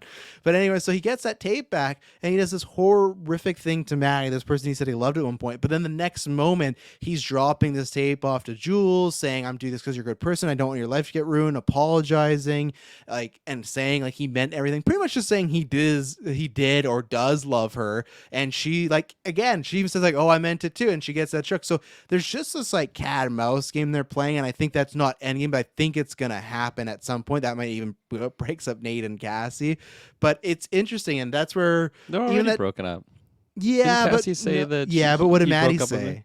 It was just the beginning, because how many times did Maddie right. and Yeah, Maddie you're right. and him break Nate. up? But yeah, it's the thing of, even in that scene, he says, I'm here for 2 things: to give you something and apologize. And she's like, well, I don't want your apology. Like, well, you're gonna have to listen to my apology before you get it. And that's Nate Jacobs to a T, that he will do something, he will be kind-hearted, but he'll be an asshole at the exact same time. And it's such an interesting character when you introduce him. He's just the asshole, but then they start to go into it. But yeah, what do you think? Because we touched on it a little bit. Anything you had to add on Nate and Hunter? If not, you can just or Nate and Jules. If not, you can just transition into Nate Jacobs. But you think that's Yeah. gonna happen? You think I don't know if it's next year, but I feel like it's gonna happen. You know? I think there's something gonna happen with those two. Yeah, I got a lot to speak on Nate. This was a character where, like you said, like I did not know his motivation. I think he's incredibly dangerous. Oh yeah, There, first episode like, he nearly kills a man. He yeah. beats up Oh that my student. god, Yeah. that guy was he was like a college student. He wasn't a high school student, right? That's He's why he still a got him. student. Yeah, because he was trying to say that he Statutory rape. statutory rape. Maddie. Right. Yes. Yeah. Yeah, which that was completely Maddie that like instigated that entire Yes, thing. yes. That is such a fucked up dynamic. But no, with Nate Jacobs, I mean, like at the start of the show, he's just portrayed as this complete asshole, you know, like Yeah. jock, douchebag. Like he's loud and brash, and just the way he talks about like girls, he's just a complete asshole, right? And yeah, they do this very, very well done thing of just as the show goes on, it just unravels more of him, whether it's showing his upbringing, his dynamic with his dad, just like his very unsure of his own sexuality, it seems, and very Yes. insecure about the way Every he week. feels. Yeah. But yeah, leading up to like that carnival moment, I did not know his motivations. I didn't know if it was a revenge thing for getting back to his dad or something like this. And then I really was not expecting that he actually was genuine in that route. And then Maddie finds all these dick pics that it's like, okay, well, this isn't just You won't understand. yeah, this isn't I just have a lot Jules, on my right? mind. Like, so there's so much questions around this character, and I think that's what made him very interesting. Was it started off as just this total douchebag that I've seen before in shows, where it's just like, Yes. hey, this is the bad guy here. Yeah.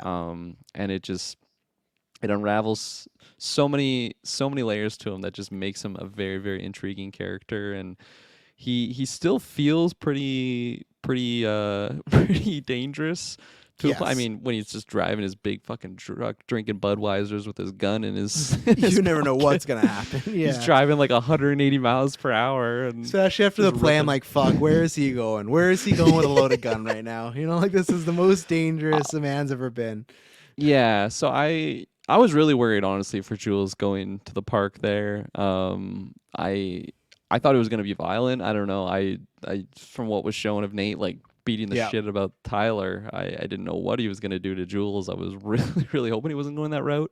And it went into a very instead of a physical violence, it was like a psychological violence that he Yeah. went on Jules, right? And like from that moment, I didn't think that he was genuine there. I still think I still thought he was just completely fucking with her and like, oh, don't worry, like this is how I feel. These things, open your mouth, doing the Cal moment. But fuck, like, God, like one scene specifically to pull from is when I don't know exactly how it starts, but Cal is dialoguing with Nate in his room. And Oh when my they just like start God. fucking like wrestling there, and then Cal's like holding him down, and he's just like screaming, Flailing. nailing his head into the ground, and Cal's just like, "Holy fuck, I gotta get out of here!" Yeah. In that moment, it's like, okay, this isn't just Nate being like trying to fuck with people's brains here. Like this is a completely damaged He individual. needs therapy. He needs He big needs time therapy big yeah. time. He is such a terrible dynamic with his father. Completely, like he's so fucked in the brain. And I think that's the moment that I really liked him. Honestly, I probably started to like him after my hero Fezco completely beat the shit out of him at that party, because Yeah. that was something that I wanted from the very first episode. New Year, we're all good, right? Oh yeah, we just destroy. Yeah, that was him and Lexi did a good number on him this season. He finally got humbled, but he still needs to be humbled more, you know, because Yeah. it's always one step forward, two steps back, because he'll always do something even worse, and you know, it's like, man, what's he gonna do next year? Obviously, he did it to his dad, but that's where it makes him interesting for season 3, because even that scene you're referring to, like the wrestling interesting moment. It's like the guy who plays Nate, he's a fucking tall dude. Like that He's in the 6'5". finale. Yeah. Yeah, in the finale when he's up to Eric Dane, I was like, oh my god, he towers over him. But the point is, he feels like even maybe close to the prime of his condition, much bigger than his dad. His dad still got the better of him in a physical interaction, and like that's the whole State show. champ, man. Didn't you hear him in the bar?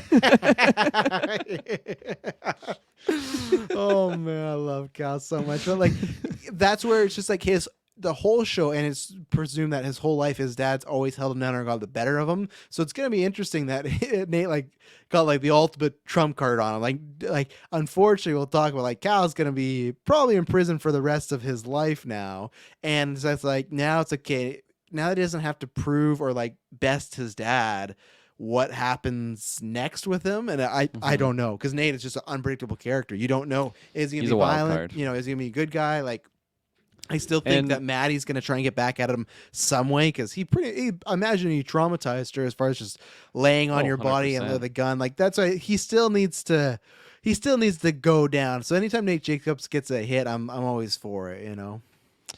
Yeah, it's a character. I mean, like you were saying, like by the end of season 2, and even just throughout season 2, there's a lot of fucked up things that go on with him. But he's still, I'd say he's a nicer-ish guy than season 1. Maybe just he has, wait. maybe he has some more moments with that, but he's totally a wild card there. And no matter how, no matter how genuine he delivers, like those lines. I'm not even just saying from like an actor here, like Nate Jacobs delivering certain dialogues, whether he's talking to Rue like at that party there, and Rue's kind of being a boss and like standing up to him, like I don't like kind of defending Jules and those.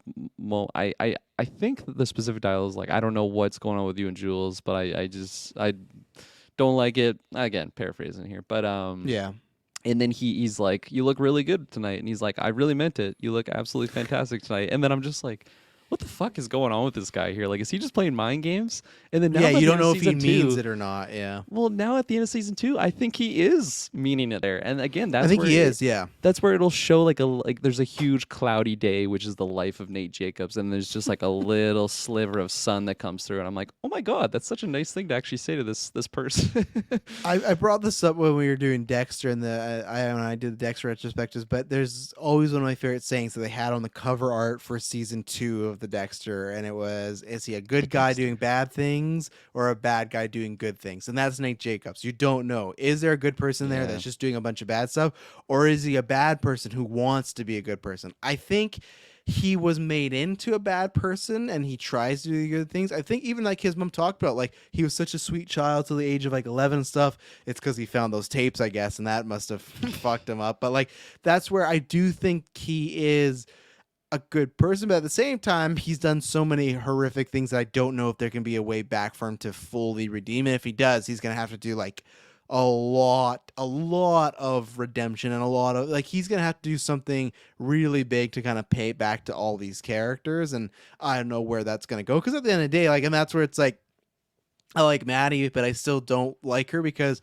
she completely helped torpedo that guy's life. You know, like they destroyed that one man's livelihood of all these things, of saying not only statutory rape, but then also like admitting it, also saying you choked her. All like that guy's. Well, no, like, it wasn't admitted the statutory rape. Remember, he's like, choose between the statutory rape. no, or I know, just but getting choking her out. him to admit, or yeah, I guess it was Because when he went to the cop, he admitted that he choked her out. He didn't admit that because it's a lesser sentence in that regard. Either way, which is another case, but either way, not a great scenario, because now that guy has like a record for something he didn't even do, you know, like, and that's where too, like Maddie, like, you know, this season she's a bit more good, but she was completely in on that just so they could be together for what, a couple more weeks and break up again. So like that's, I mean, like Maddie, like she, to me, that's why I like, not that I didn't feel bad about the gun thing, but I was kind of like, this is maybe a bit of your karma coming in, like you helped ruin this guy's life and you're gonna try and ruin Nate's life. So I'm very interested to see what's gonna happen, because I think he will either continue,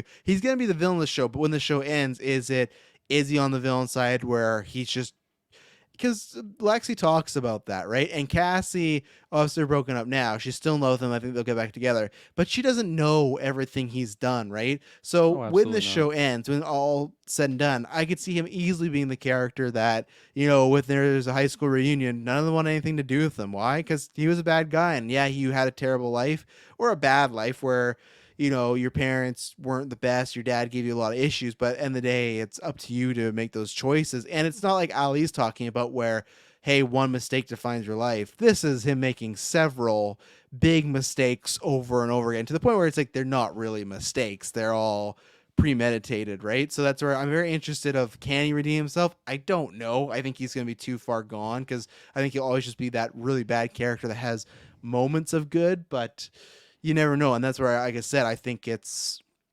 maybe that'll be partly to do with Jules, but that's where it's gonna be interesting if they do connect because Jules knows everything about him, but Jules obviously also has a weak spot for him too. So I don't know. It's gonna be wild, that dynamic, and who knows what happens with Cassie too next year and him, because she's having a rough go of it.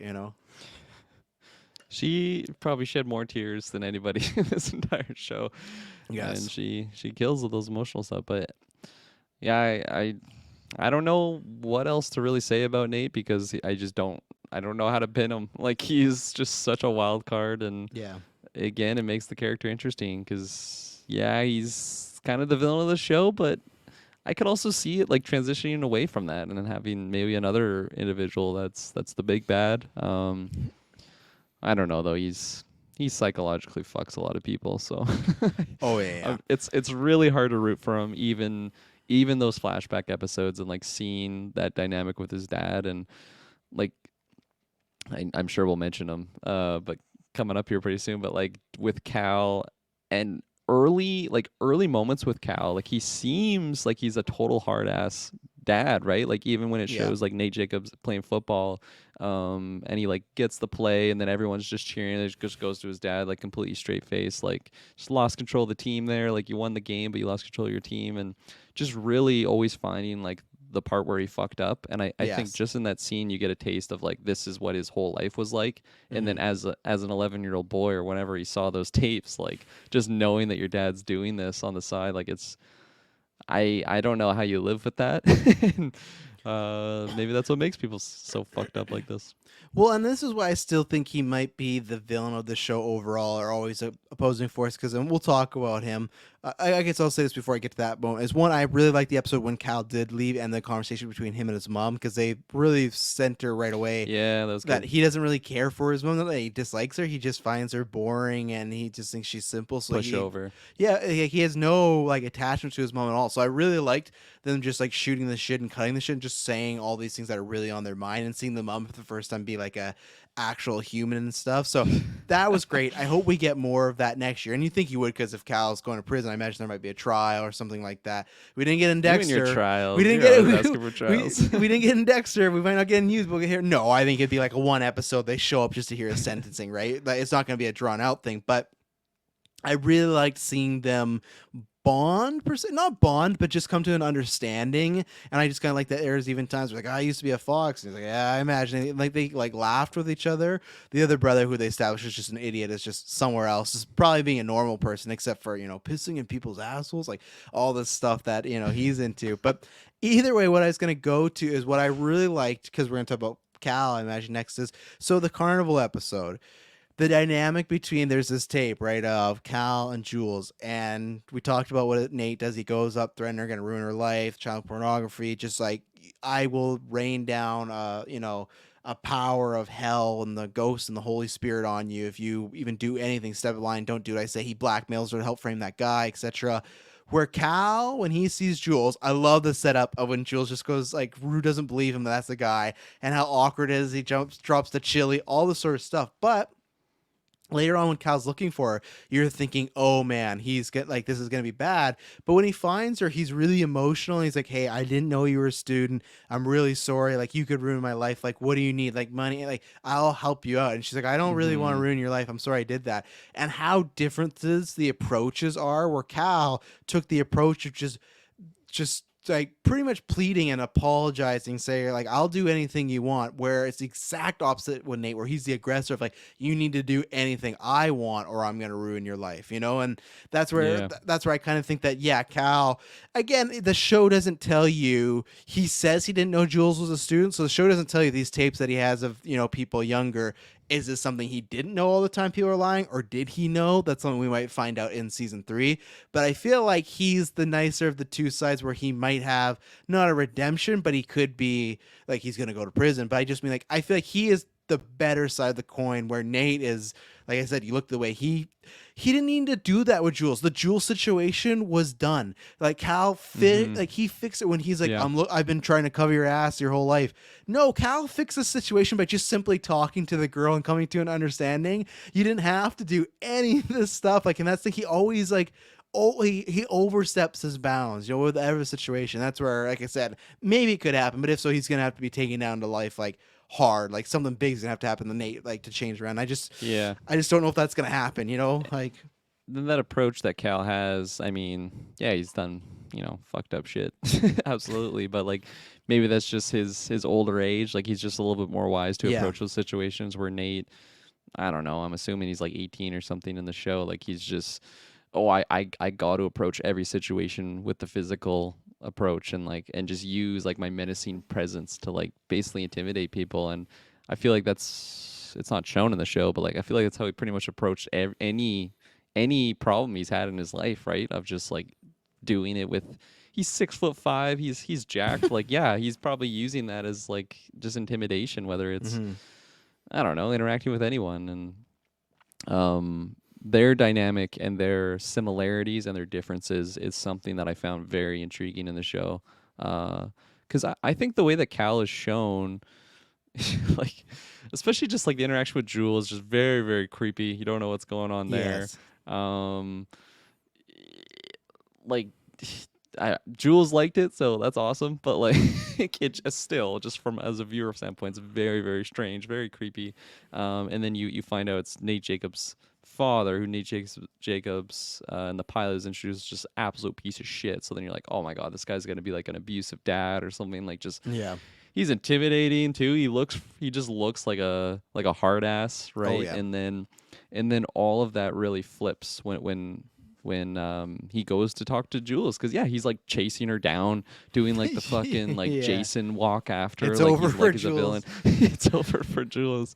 And then he's like a coward dog. Like he's Yes. just like almost whimpering, like you can see it in his like just in his face. He's just really, really scared and like yeah, like please, like you have my life in your hands here. Like please don't ruin it. And in that moment on, I completely saw Cal in a different light, and fuck, I only grew to get to like the character more. We I haven't know. talked Yeah. about it, but like that episode about him and his flashbacks, and Fantastic that episode. was fantastic. His dynamic with his buddy in high school that he had like gay experience with, and then his dad that was introduced in that flashback of just again being a complete dick. Yeah. Very, it's a cycle. very Like I said, I'm telling you, it's all about the cycles. totally that they can break it. cycle and Yeah. just growing up in that time when like we were talking about just even like making the show and inclusivity and representation of different people's sexualities,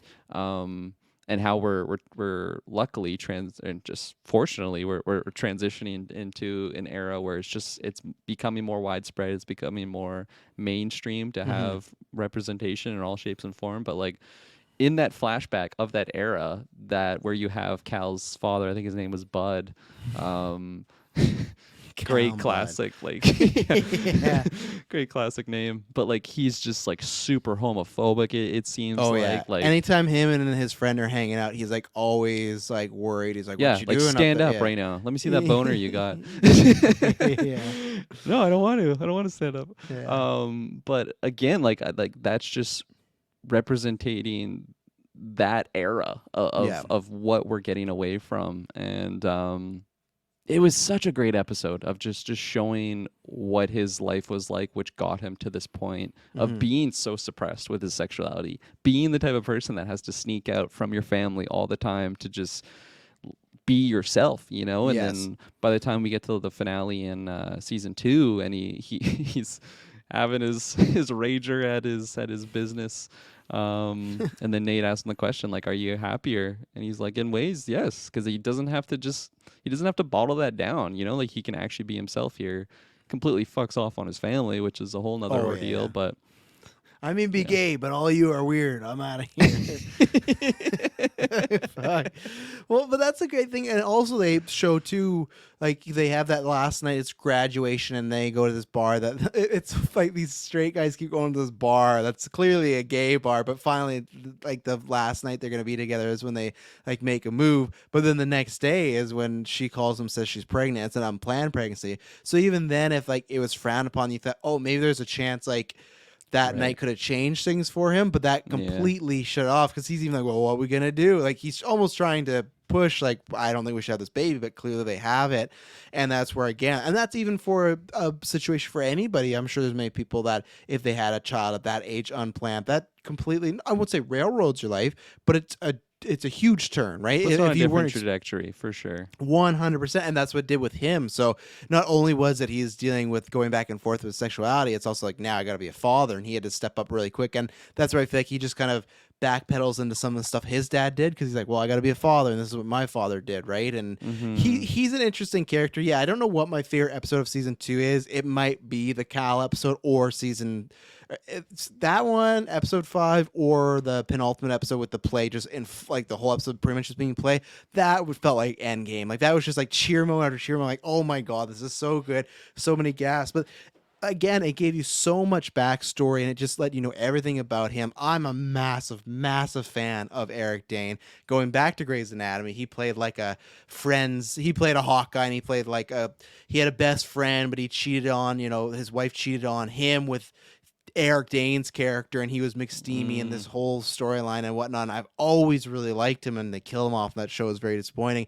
He's popped up in some stuff, but he's a guy that I was so happy with that episode, whatever it was, that he's such an underrated actor, and he has like he's definitely a guy I feel like he's not as big star wise McConaughey, but and you look at his career, he definitely got pegged into always like the hot guy type of role because he's a really good looking, Got a handsome nice dude. jawline. Oh Oh yeah, yeah. 100%. Like that guy could have been Cable, but that's the thing. Like he always gets put in these roles. So when you put him in that episode of kind of going down memory lane, my God, and again, talking about Ali, that whole ending monologue he has with his family, that's oh my God, that is just top tier. Some of the best like writing, dialogue, and delivery of that dialogue I've seen because he's saying these shitty things, but then right away it's just like you are a fox, Mara, you are like whatever her name was. Like he's just like he's saying insults, but in a way where they're just like truths and stuff, and he just kills that whole episode. Yeah, you and I talked about right away, but yeah, when he goes to that bar and he just wants to wrestle, oh my God, like so awkwardly funny the whole thing ends when he's driving, and he's almost like Rue, where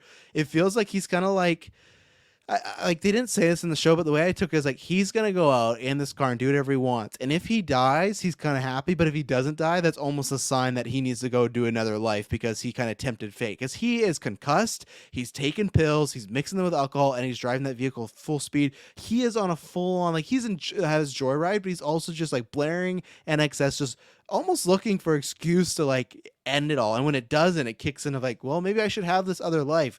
Now I was surprised in the finale when Nate just walks up to his business. I thought he was like gone. I didn't think he was just like in the town still. I thought he Mm-hmm. completely left and wouldn't seem to season 3. Now I like what they did with Nate. My only worry is that and the tough thing is because the show's not about Cal, it's about the kids. I just want more Cal, but I thought there was much more on the table of him potentially bumping into that high school lover again. We still don't know what the fuck is with that picture with the Yeah. third brother and stuff. So my like him in prison makes sense, but I will hold judgment till next year. But I almost feel like it's too early. I think there's still more content for him to do. Not in now. Maybe there's a chance that maybe it doesn't stick somehow and he doesn't go to prison. Then I would say okay, it's taken away. But if he just gets taken to prison, and you'll get some scenes of Nate going to visit him, I guarantee. But if it is just that, then I feel maybe it's too soon. I think there's lots of stuff on the outside they still could have done with the Jacobs family. But again, even in those moments, they give him like layers that the second Fesco attacks him, he's at that hospital and he's gonna hunt down the man that hurt his son. Like he's gonna find out who did it, and he was gonna fucking kill Fesco until he kind of figured out like, oh, maybe this was a bit of more of Nate's doing and stuff like that. But still, Yeah. he was fully ready to kill a man because he took down his son. And my biggest example of that too is he gives this whole speech about, like I said, I'm gay but you're weird, and all this stuff about his family, about, Nate, I know nothing about you. Oh, I know you're angry. You still love your high school sweetheart, but that's okay. You're a fucking idiot. You got some weird stuff going on. And he pisses on the carpet and asks him to clean up. But what does he do? He still goes and he takes that picture off the wall and he takes it with him.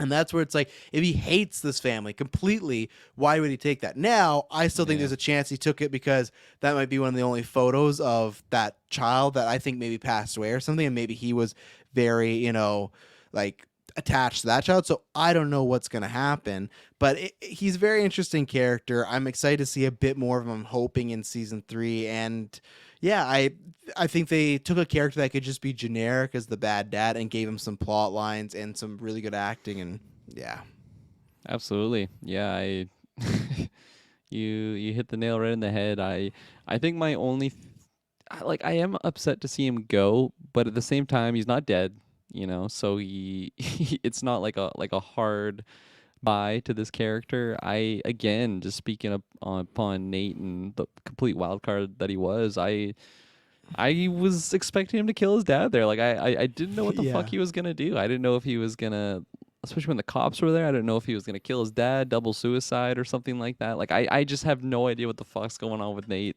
at all times. And so yeah, I do want some more Cal, no oh matter yeah, what happens. And then definitely because they didn't even touch upon the photo, hmm and there definitely was another child in there as we were talking yes, about. So I need and to know that story. And it's interesting too that he had that big speech, and when Nate finds him and he's having this little party and whatnot, he's like, "Is your life better?" He's like, "In some way." So even then, it sounds like he has Yeah. some sort of regret, but it sounds like he's trying this life out because, well, I haven't done this yet. So he's much like Nate, a very torn Yeah. character. Where I guarantee he made that decision, and maybe once the concussion healed, he was kind of like, "Well, did I make the right thing?" Yeah. Like, I don't think he's winning chili cook-off again. Like he can't go back to that life of what just was that? like 8 years in a row, I think. Pretty that's a impressive good record. Yeah, Yeah. yeah, And again, like the some ways there's so many different things that he probably does like, of just having like the regular structured life, right? Like waking up in his suburban home with his family, waking up yeah, to his wife, and just having that schedule. And then it's like, okay, on Fridays I go fuck around with with someone. yeah, um and yeah, I fuck, I love Cal. I yeah.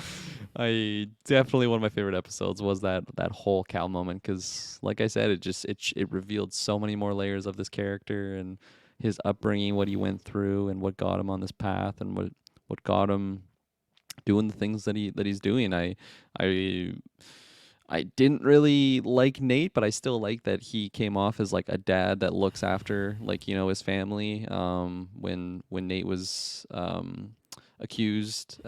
rightfully accused of choking out Maddie.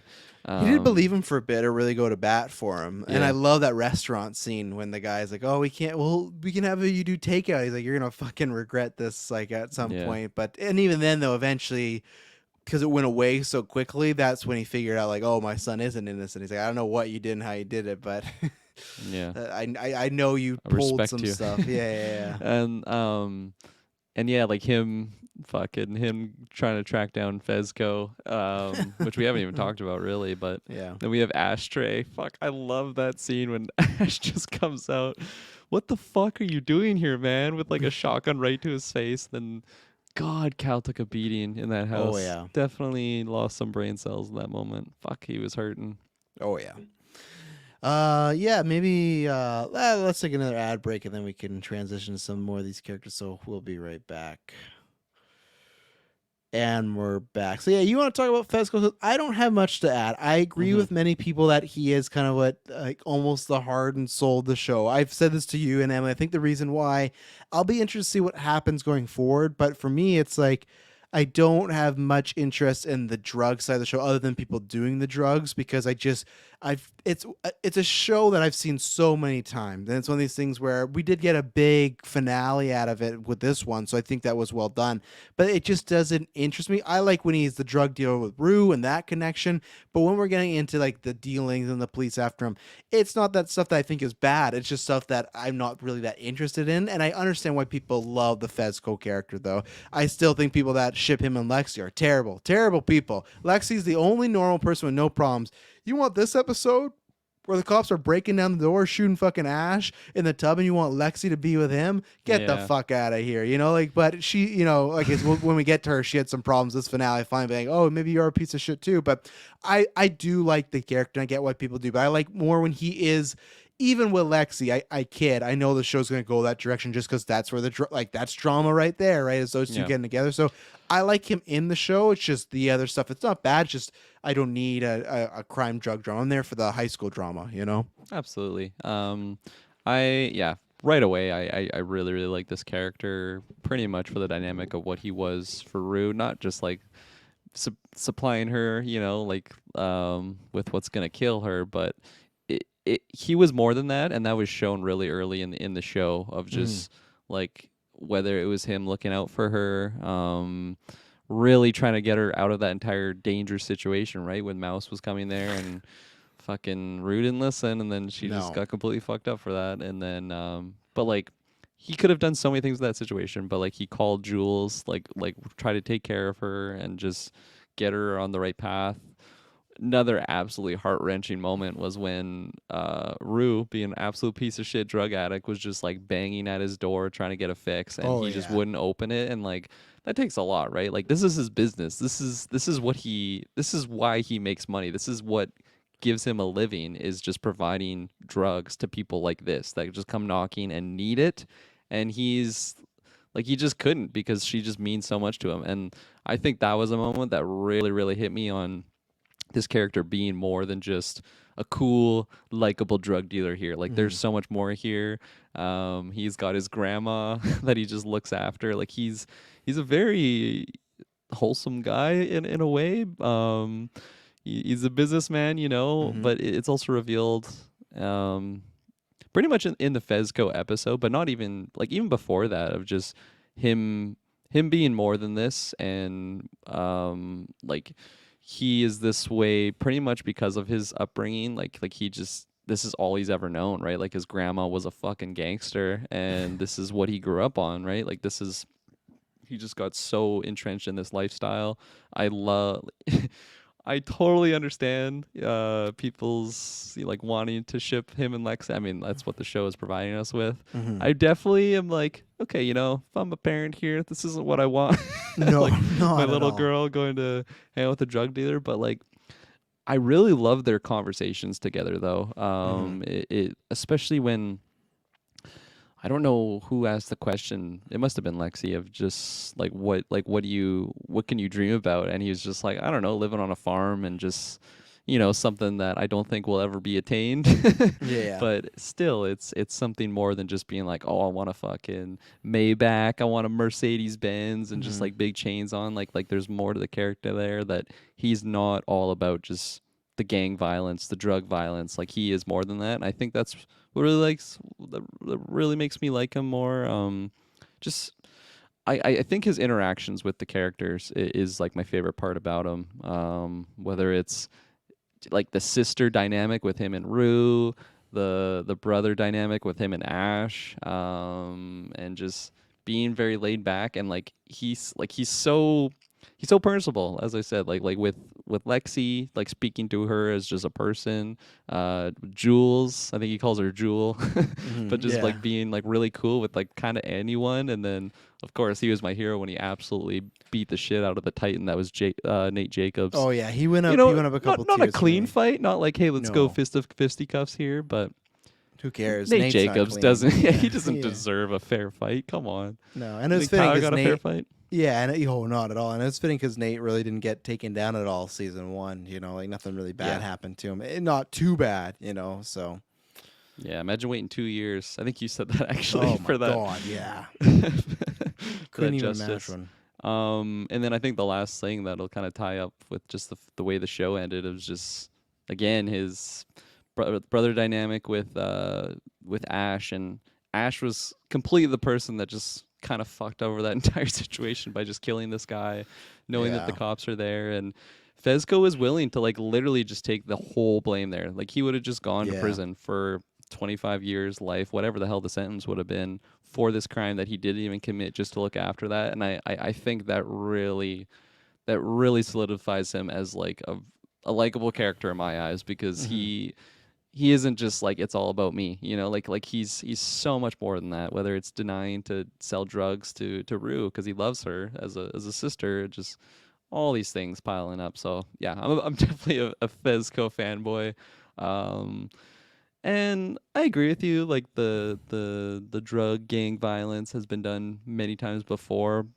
I think it's I think it's done minimally enough that it doesn't overpower what the show Mhm. is, which is good. I was worried when Rue got the backpack because I'd say the early of this Yeah, season had a lot more of like, oh, she's meeting this drug dealer, and she's here while this right. business is going on. So it definitely transitioned away from that. But again, I think it could transition back if that briefcase gets back in there, and who knows what the deal is because the show will definitely pick up at least after this grade because like Rue says like, oh, I didn't talk to Jules or something like the rest of the semester or something like that. So there's gonna be some sort of time jump. I'm not sure what Fesco's going to be going to prison for, but I imagine it might be something that not stick because he didn't say anything in that Yeah. moment. Like obviously, Ash is gone, and like I definitely value him trying to take the fall, but also it's stupid because I feel like you do that, and then Ash is just going to be joining you in like a couple more months. Like Ash is going to do something else, and then it's you're both in there because Ash is just like he's a Yeah, pit but when bull. something like that happens, all of the pressure's on you to make this decision. You know Oh there's yeah. cops going to be there in 5 minutes. Like you don't have time to think really rationally. Luckily, I've It's never been in just that position, so I, that yet. one I wouldn't know. Yeah, not Yeah. yet. Yeah,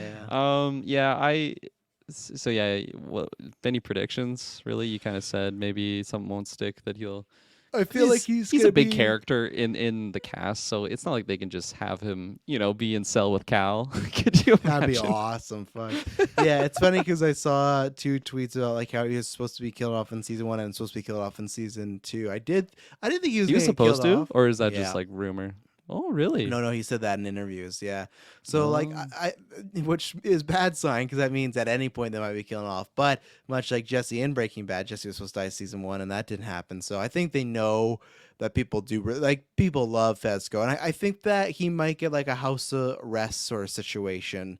So it's like he could still maybe do some drugs like selling, but it's gonna be harder. But yeah, I would love to see like it would suck for him, but I'd love to see Fesco have to go get like a regular job or something like that now, and like yeah. get out of that game He doesn't want that because that trajectory of being a better maybe partner with Lexi, right? yeah, that's what the hope is that you hope that when because they will get together for the drama of the show that she makes him better and not the other way around. I don't need to see Lexi taking a hit on stuff, but She's got I face tats. She's yeah, I just worry like that's the I don't like the face stats, but I just worry that she might try something or do that's like no save Lexi at all costs now I could so see that because it's like someone that she's finally had a rapport with, and yeah now just get into that lifestyle. Yeah, yeah I was telling Shay like I think there's gonna be some way that he either gets off easy or like just something in that regard because you have on parole or I something. forget her name, but like the drug girl that was just living with him, like I really think that she's gonna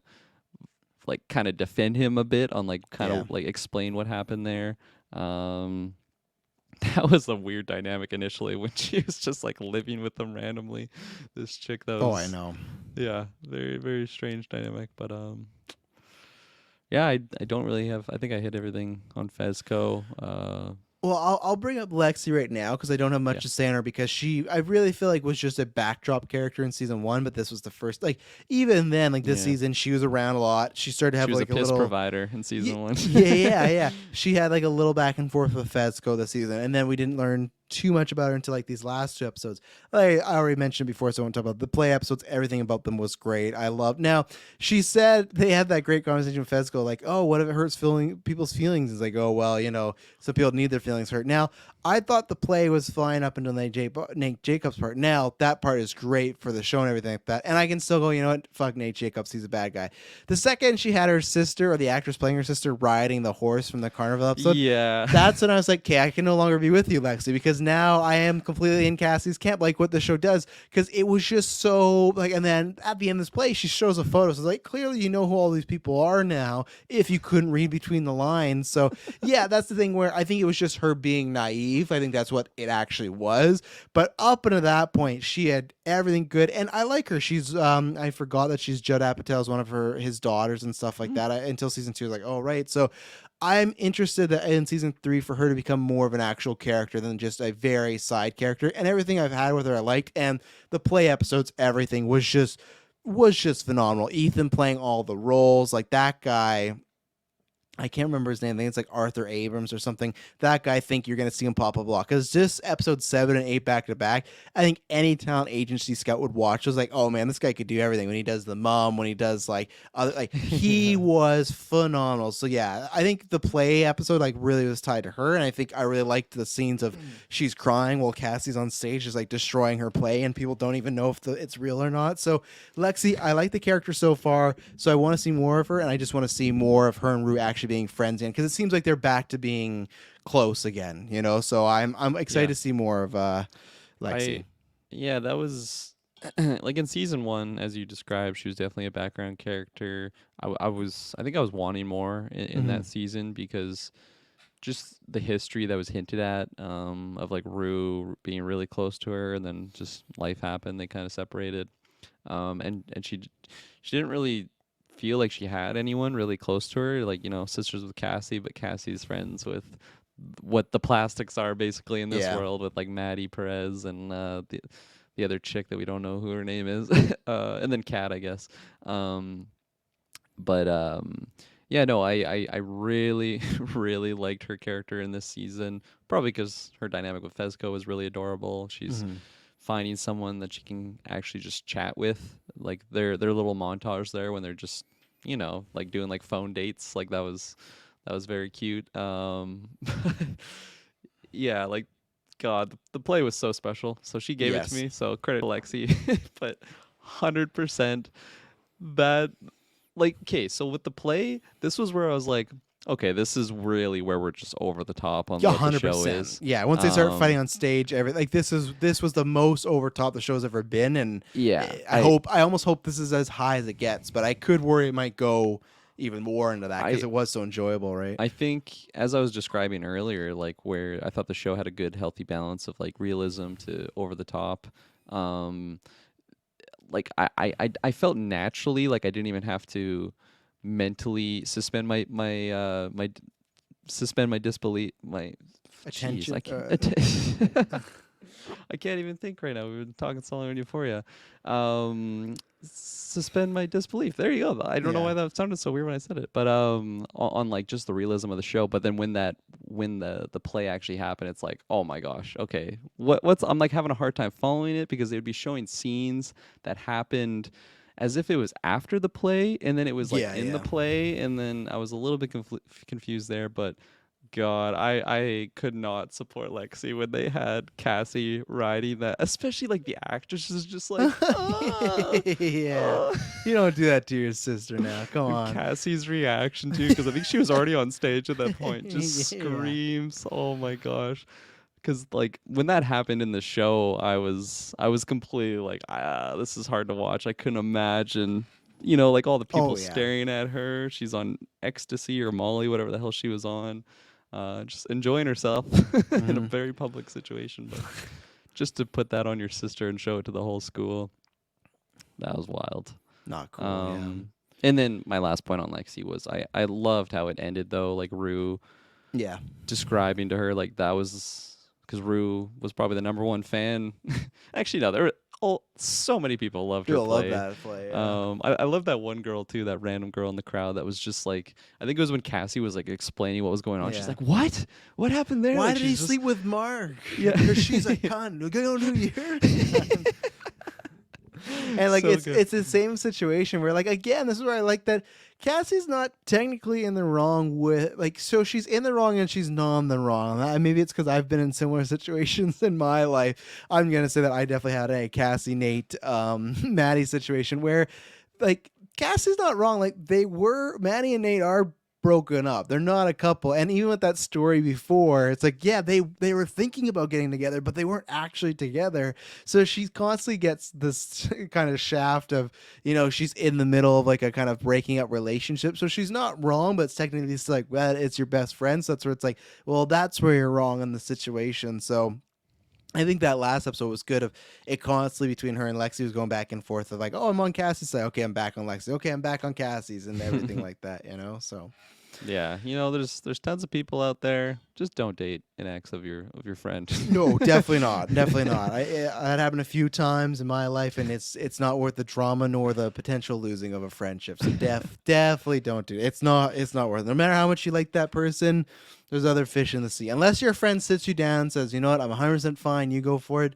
Don't even think about it. Just Yeah. keep moving. Keep moving. But yeah, I mean, that's a good part to a transition to Cassie. So, see, I really like the character at many one, Sydney Sweeney is like, I echo what everybody says, like she's a phenomenal actress. She's up there with Zendaya as far as being like the and even like Coleman as far as being those top performances. One, Yeah. I agree with everybody, the sentiment of like we need to get her in like a Midsummer or like Hereditary type of situation because she could just eat up the screen. And yeah, I really like I always, so here's the thing with season 2, I like her performance maybe more than the story because the story is very simple. It's a tropey one, right? Of just friend that hooks up with friend's ex, and we've seen that done before. I think if her acting wasn't as good, I wouldn't enjoy the storyline as much because when it started in season 2, I was like, this feels very safe. This feels like any other high school drama show of like her and Nate had no interaction in season 1, so it just felt super random. Like, oh, we're throwing them together. So it just felt like, okay, they Yeah. need drama for the show. But the situations they put her in are really good. Because season 1, I really like her, but season 1, I feel like that is, in a good way, some of the more realistic stuff of the show, of like talking about nudes and how rumors spread about you and how people twist the situation, how she's kind of always on the back end of that and always made to be bad. And I like the relationship with McKay as far as not them being together, but lots of the issues they have are like serious issues. And like, not that I've ever been in this situation because I didn't go to college, but like, fuck that episode where they just like razz McKay and they like just like they just like embarrass him, and then to get some like manhood back he feels like he has to like kind of embarrass Cass a little bit. Like, it's just, man, so awkward. But all that stuff is like Yeah. stuff that I've experienced, and like hearing that or seeing something similar in high school of like same thing, that relationship of a guy that he's with, like we've all known that person of someone that's dating, but one side is not really that proud of it or doesn't want that public, so it's very like down low. So season 1 I thought was all realistic stuff, all good stuff, and I thought, like I said, was the most tropey, but in a good way of like, okay, this is stuff we've seen in similar shows before, but maybe a little bit better acted. Season 2, I feel Cassie's taken such a character change, and not in a way where it doesn't feel wrong. It's just such a shift to, she started the season off like swearing she was not going to fall in love, and that almost did really like bad damage of going the reverse route because now she's with a person that's terrible, a person that's literally like waking her up so he can dress her the exact same way he wants pretty much Maddie to look. So it's already fucking weird. So I think I'm excited to see where she goes in season 3. I hope season 3 is not too much of, which it might be, of her and Nate going back and forth. I do want her to kind of have the epiphany moment. I hope the epiphany moment, I really want her to be the one to end things with Nate if they get back together, not the other way around. Because I feel like season 1, season 2, they play up in, the nice way as possible. She's kind of a sad, pathetic character. Like I said, she's always the butt of a joke. People are mishandling her, misusing her. They have set up a great episode with her and Lexi of the reason why she's starving for love is her father just straight up left her. So she's Yeah. kind of a sad, tragic character, and I'm hoping the turn happens, and I do hope her and Maddie figure it out, but I hope the turn happens where she is stronger, because this season she was definitely emotionally compromised and lots of yelling, but acting phenomenal. Yeah, so this was my first experience with Sydney Sweeney. You said her name was? Yeah, she completely just shook me, I think, from her acting throughout both seasons, honestly, because she's a very tragic character, so she really just shows that level of emotion. Yeah, very tragic. The stuff with her dad was, again, very, very heartbreaking. How this is someone that she it's tough for me to picture like what that would be like. Yeah. But like the love that you would have for your dad, like, like that is your guy. but at the back of your mind, you know that what he's doing is incredibly fucked up, but like that's still your dad. So it's like she still has those really nice memories of when she was a kid and like him taking her to her figure skating lessons and all that stuff. Um, was really really good character. Or just explaining why the character is the way she is and why she needs that attention, why she grasps onto people so easily for love and affection. Um, very very tragic. I felt I don't know, like because on one side, like in season 2, I feel really bad. Honestly, I've been feeling bad for season 1 because McKay was just again treating her terribly, and I felt like Yeah. she just deserved so much more. But then on the other hand, it's like okay, I understand why she feels this way, why she's really leaning into him because you see those private conversations that they had and they are like very very truthful heartwarming I don't know conversations or just that just I don't know a good relationship behind the scenes and then when they're in public it's a completely different Oh situation. yeah. So I'm like come on Cassie, you deserve way better. And then at the very start of season 2 you have Nate Jacobs pick her up and she was already. I don't even know why she was so like distraught. Do you remember? Like she I was think just we, drinking and she gets out of yeah. the car with Lexi. Like fuck you. She's just pissed off. I She's love mad too when because she this goes is to when she's taking her like I'm not gonna fall in love with anybody. So I think she's just like because even Lexi's like, right. oh, this is maybe a bad idea for you. You know, she's like, no, I can handle it. So I think she's just not bored, but just kind of at a Yeah. crossroads. I love too when she's like at the 7-Eleven. She's buying like a Twinkie or something. Goes like, hey, you having a good night? He's like, no. Like she's just so upset, Yeah. and then falls right in Nate Jacobs' lap, and Yeah. she's on a completely worse trajectory now. Because it like I hate the fact that she's just like obsessed with Nate Jacobs. Again, it's true to the character though, so Yeah. I can't I can't hate her for it. It's the way that the show is going. And I think just the quality of entertainment that we're getting out of this dynamic, it does make it worth it. Like when she's just completely like the whole world is against her. I love too when she's just freaking out in her house and the mom, man, I've really grown to love that mom too. Oh And she's yeah. like, she needs a fucking exorcism, that girl. Or the whole Uh, episode where she got like blackout drunk on Maddie's birthday. Oh my god! And she goes and puts on like the really revealing outfit and stuff, and she throws up, and she's trying to say sorry for Maddie, but she doesn't really understand why. She thinks it's just the throw up, and yeah, oh man, yeah. And then when she yeah, so this is after episode 5 when Rue just spills the beans, Maddie goes full ape shit, and then oof. Cassie's at an all-time low. Take it one day at a And time, Rue. Everyone watching the show just knew, fuck, it's over for you. Like that when that happened, it was just like you weren't watching with people, but everybody knew, like, oh, you stepped up on the wrong day, Cassie. Like, and she was again trying to be supportive, but yeah, not and not Sydney good. Sweeney sells that like she's just throughout the season Yeah, she's been 10 out of 10, but in that moment she sells it so well of just like her facial reaction to just like this bomb just completely exploded. Like you yeah, can't listen to her. She's a drug addict. Like come on. yeah, And then she's just at an all-time low. I love when her mom's like, Lexi, I'm not playing around. Take all these knives, hide them in the yeah. garden. Um, yeah, I feel like I'm kind of rambling here, but like I don't think I can say enough of the performance that like she's giving, and I just want more of it. She's so stellar. Um, she's phenomenal. She's killer. Yeah. Well, let's talk about Maddie because I have probably maybe because we got Maddie and Kat for our main ones. So these are probably the least I have. I feel like Maddie, the best thing about her is like she's the meme machine. Like she produces the best quotable. Like she is Yes. almost the comedic value where season 1 was like it her whole storyline was just back and forth with Nate Jacobs. That's stuff we've seen many times. There's all to varying degrees. I liked her flashback episode 2 of showing, what she does. She's like a like complete compulsive liar. Like she like will say tell Nate she's a virgin, and then almost anytime they're having problems, she's just cheating on him like constantly. So that's I where it's just like love I love when it would show like Nate falling in love with her for this reason, and then later on in the show you get like what actually happened. yes. Yeah, and it's She's just just like like fucking dudes at the roller skate, yeah, she's a whatever the hell it's complete called. hypocrite because like Yeah. there's so many times, and not that Nate doesn't deserve because he's an asshole and stuff like that. But so like for season 1, I liked her, but she felt like she was pretty much just there to be one. She has really good lines, but also just to be there to be like Nate's girlfriend, like to set up that back and forth dating drama, right? Because that's all their storyline is really in season one. Other than Nate has stuff with his like you look at Nate, he has stuff with his dad, stuff with Jules.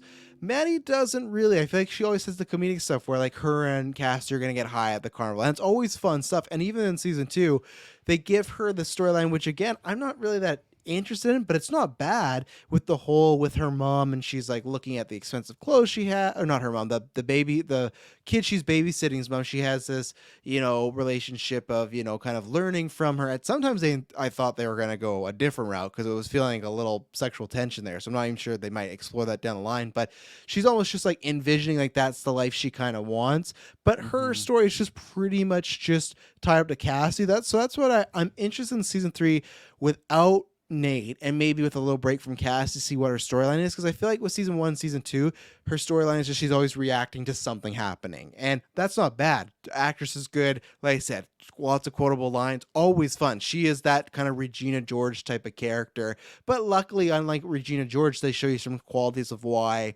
you do like her or feel bad for her. So I like Maddie a lot, but I always feel her storylines they're good, but they're not the ones I'm enthralled with. I'm enthralled with her in situations though, like the play, because she's a spitfire and you never know what's gonna happen. Yeah, so like I said earlier, like I've gone through my Maddie phase. I feel like mostly was just I love when she's on screen. I love when she Hmm. opens her mouth and she just spits ridiculous Yeah. things.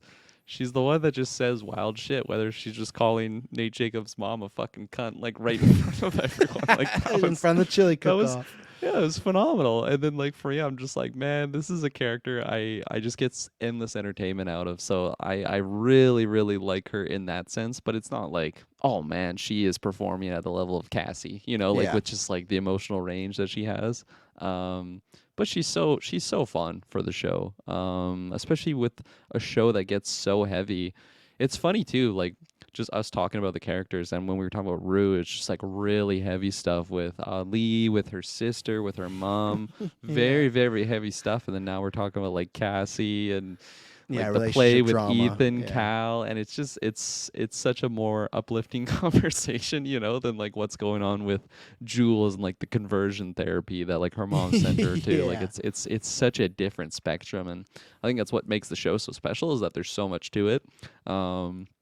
But yeah, no, I think I knew I was gonna really like Maddie because before I started watching, you were sending like screenshots of her just like I don't even remember what the line was. It was Bitch, you like better be joking. That's my favorite one. yeah, And the one of the greatest scenes of this show, the bathroom scene of like, are you auditioning for Oklahoma? Like, I'm not. Do I look like I'm auditioning for Oklahoma? You kind of do. And just like, I'm the happiest I've ever been. That anytime they're in the bathroom, you know you're about to get a fire scene. So yeah.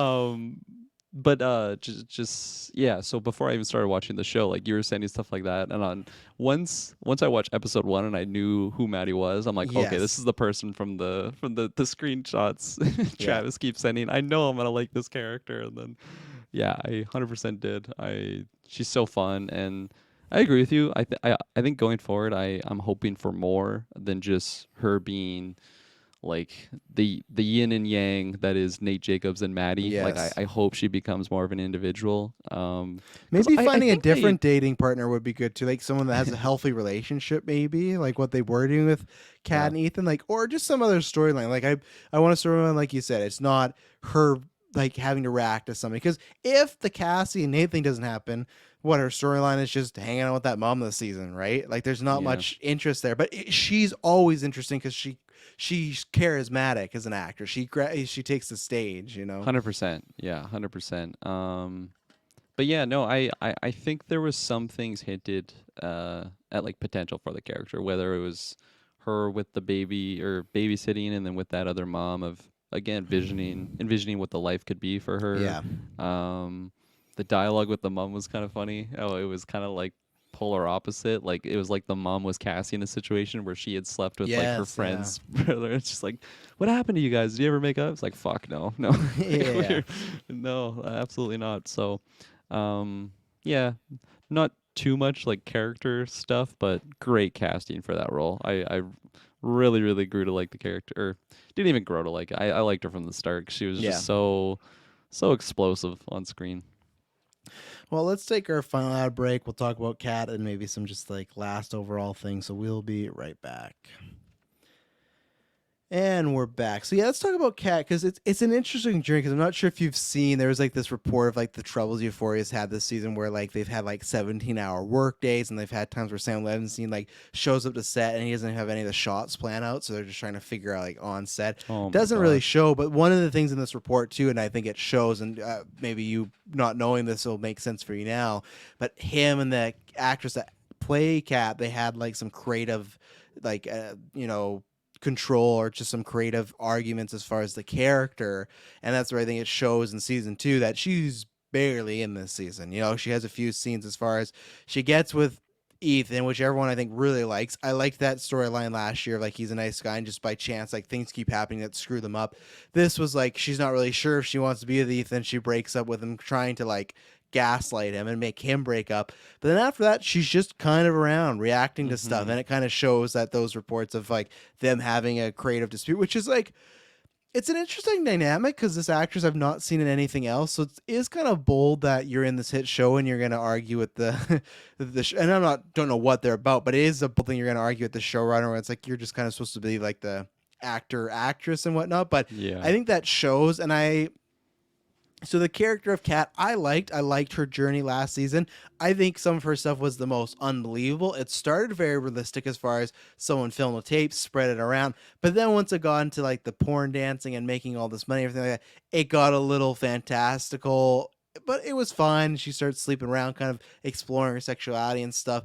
I like the character, but I don't. And maybe it's tough because I'm like other people. I like Ethan a lot more, and if I have to pick one to stick around, it's him. But I do like her, and I guess I was always intrigued of like, okay, what the fuck is Kat gonna get up to this week? That's the way it was. So instead of like really liking her, I always just enjoyed. Okay, what wild thing is she gonna get into now? I think it does hurt the character overall that they did have some dispute, and like I said, in season 2, she's not really around much. There's not much of a story to latch on. Like even in the play, I thought there was going to be some sort of moment where they show the camera on her like watching Ethan because she would feel like a Yeah. little turmoil, but just feel like nope, that's gone. So I don't know what we're gonna get with season 3. I don't know if she'll be back. I don't know if she'll have this kind of minor role again. So I like the character. Again, some of that stuff that happened in season 1, the reason I think I liked it less is because it was more very, very fantastical. Even though I got some great laughs about like the guy with this like the little penis and he's like wanting to like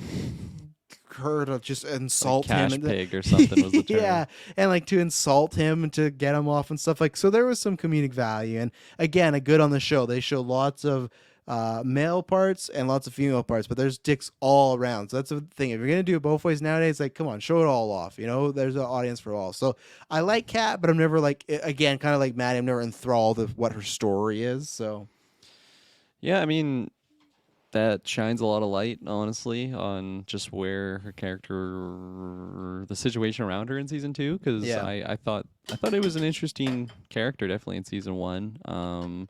Goes from someone that seems like she's very insecure with her body, and then like this video gets posted, and then people are really liking it. And it's like, oh my gosh, there is an audience for me out there.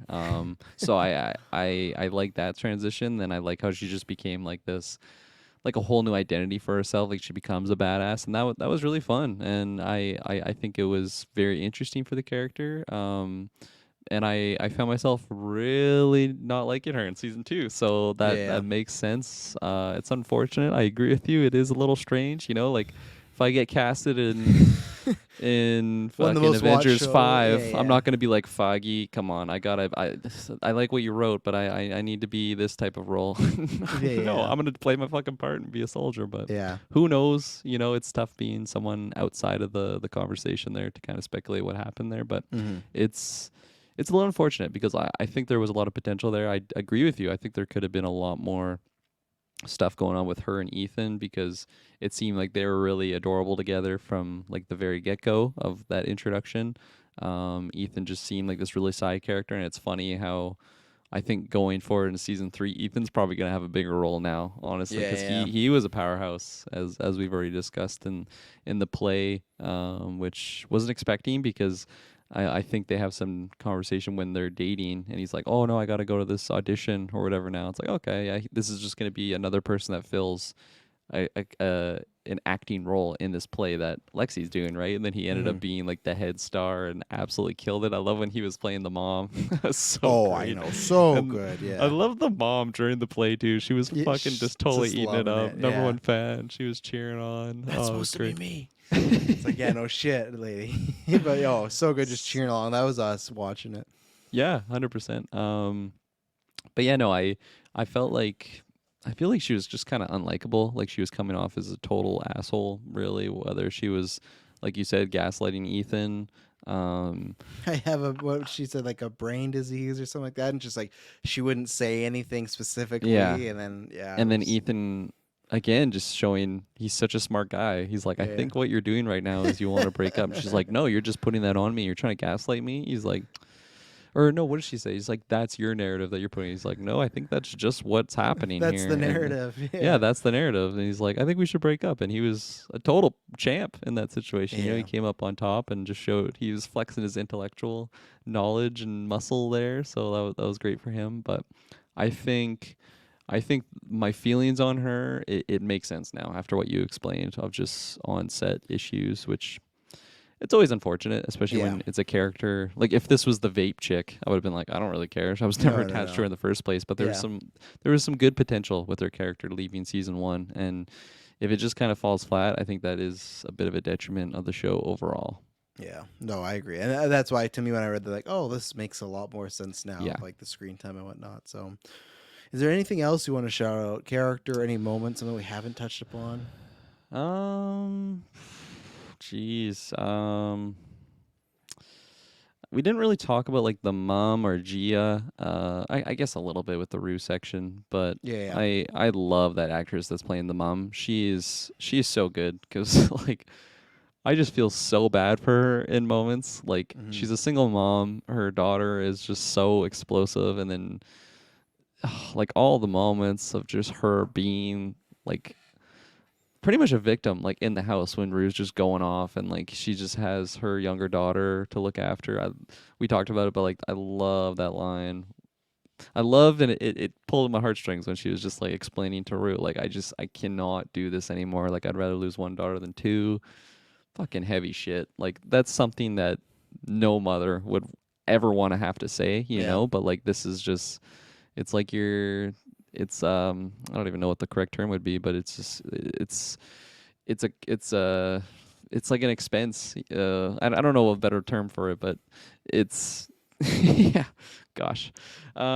She's phenomenal though, Hmm. and Gia hasn't had much, but I think she really is a good actress to play the Yeah. role of just like a young sister that she clearly looks up to Rue, you know, to a sense, like probably most of her life. Like this is her really cool sister, and it's so unfortunate that she's had to witness it. Like she literally is the one that had to call 911. I love that they put a lot of emphasis on that on the show. Hmm. That's something that I would imagine would stick with you your entire life, even if Rue gets better. Like that's such a raw memory for someone Yeah. at that And age, Ali keeps right? bringing that up, right? Of how Yeah. you're kind of Oh, informing the that was path she's gonna be on and everything like that. And I like the conversations they had of like, yeah, yeah. I'm not mad at Rue. He's like, why wouldn't you be mad at Rue? She's like, I guess I kind of like, yeah, you're fine. You can still be caring for someone, but kind of hate them in the moment, you know? So Again, just cementing Ali is such a phenomenal character. The actor is so great, man. mhm. Yeah, I want more of him in season 3. We definitely got more of him in season 2, but I just want even more. He's so phenomenal. Yeah. Yeah. No, I'm looking through right now. I think we hit everything that I was thinking. And my last Yeah. question is, what did you? Obviously, you binged it, so it's kind of one big story probably for you. But what do you prefer, season one or season two? I'm a season two guy, even though both of them are very close together. But season two just had some huge moments that were just kind of gasping. But plus, also just some great character work that we talked about. Yeah, it's pretty close, and which is a good thing because I think so highly of the show. Mm-hmm. But I think if I had to pick one or the, it's tough because like the cat stuff is terrible in season 2. It's really good in season 1. Yeah. But like Rue is on such another level in season 2, so I think I'm gonna have to go season 2 as well. Fuck, we got Cow. Yeah, no, Oh it's yeah, it's a hard Cal. season 2. That Cow. Cal episode. We have Fezco beat the shit out of Nate Jacobs. So yeah, I definitely would have to put my chips on season 2. But like I said, it's still close, honestly. Oh yeah, so absolutely. it's such a high quality show. Well, there you go. I didn't think we'd be spending 2.5 hours talking about Me Euphoria, neither. but we did. So good thing we didn't do a newscast before, because that would have been dead meat. But Oh my yeah, god. so Yeah. yeah, we hope you guys, if you are watching show, gave the review a chance. I'm sure Maddie liked it because he was asking about it. But yeah, when season 3 drops, we'll see where we are in life, and maybe we'll have to do this weekly, or at least we'll definitely do a full season review. But yeah, it's still gonna be a while, it seems, but it's gonna be a tough wait, but I'm sure hopefully it'll be worth it. I'm excited to see where a lot of these characters go and just what's next. And what I would say about this is we know we're getting more, but what I really liked about the finale is there is some things left hanging, but it almost ended in a way where that could be the end of the show and you could be happy, because it kind of almost insinuates like, oh, True. Rue's gonna find a way to maybe make it or whatnot. There's some stuff definitely hanging for sure, but I like anytime a season finale, I remember the showrunner panel always said like, oh, we always want to leave room for another season, but if it ends, we always made it like this is the last episode. And it kind of has some of those feelings, so I always appreciate when a finale does that. So Well, it was announced that it was getting renewed like halfway through the season. yeah, wasn't it? right, it was. Yeah, it was like after episode 2, it was like, yeah, already over. Yeah. So yeah, it's like It's- they're, like I said, It's so most funny watched. too. Yeah, like I was telling Shay, I could definitely, I mean, us in Canada we've craved, but this is an HBO Max show, right? Yeah. Or is it just HBO? I don't know what the difference even is there. Well, no, I think it's on both. Yeah, so I can tell Crave is already worried of the hit of their numbers with the show being over now, because I got a notification. It's like, oh, you missing Euphoria? Check out Euphoria liked shows. Like trying to like Yeah. stay subscribed to us. Hold even on though for you're not 2 gonna see years, and there's Euphoria so for 2 many years. people that are like, I'm out of here, Yeah. So Yeah. Well, next time I talk to you, Kirkland, we would have seen the Batman, so it's gonna be a good time. So Absolutely. thank you everyone who tuned into this. Let us know what you thought, and I promise to hear from us next. Not be boring.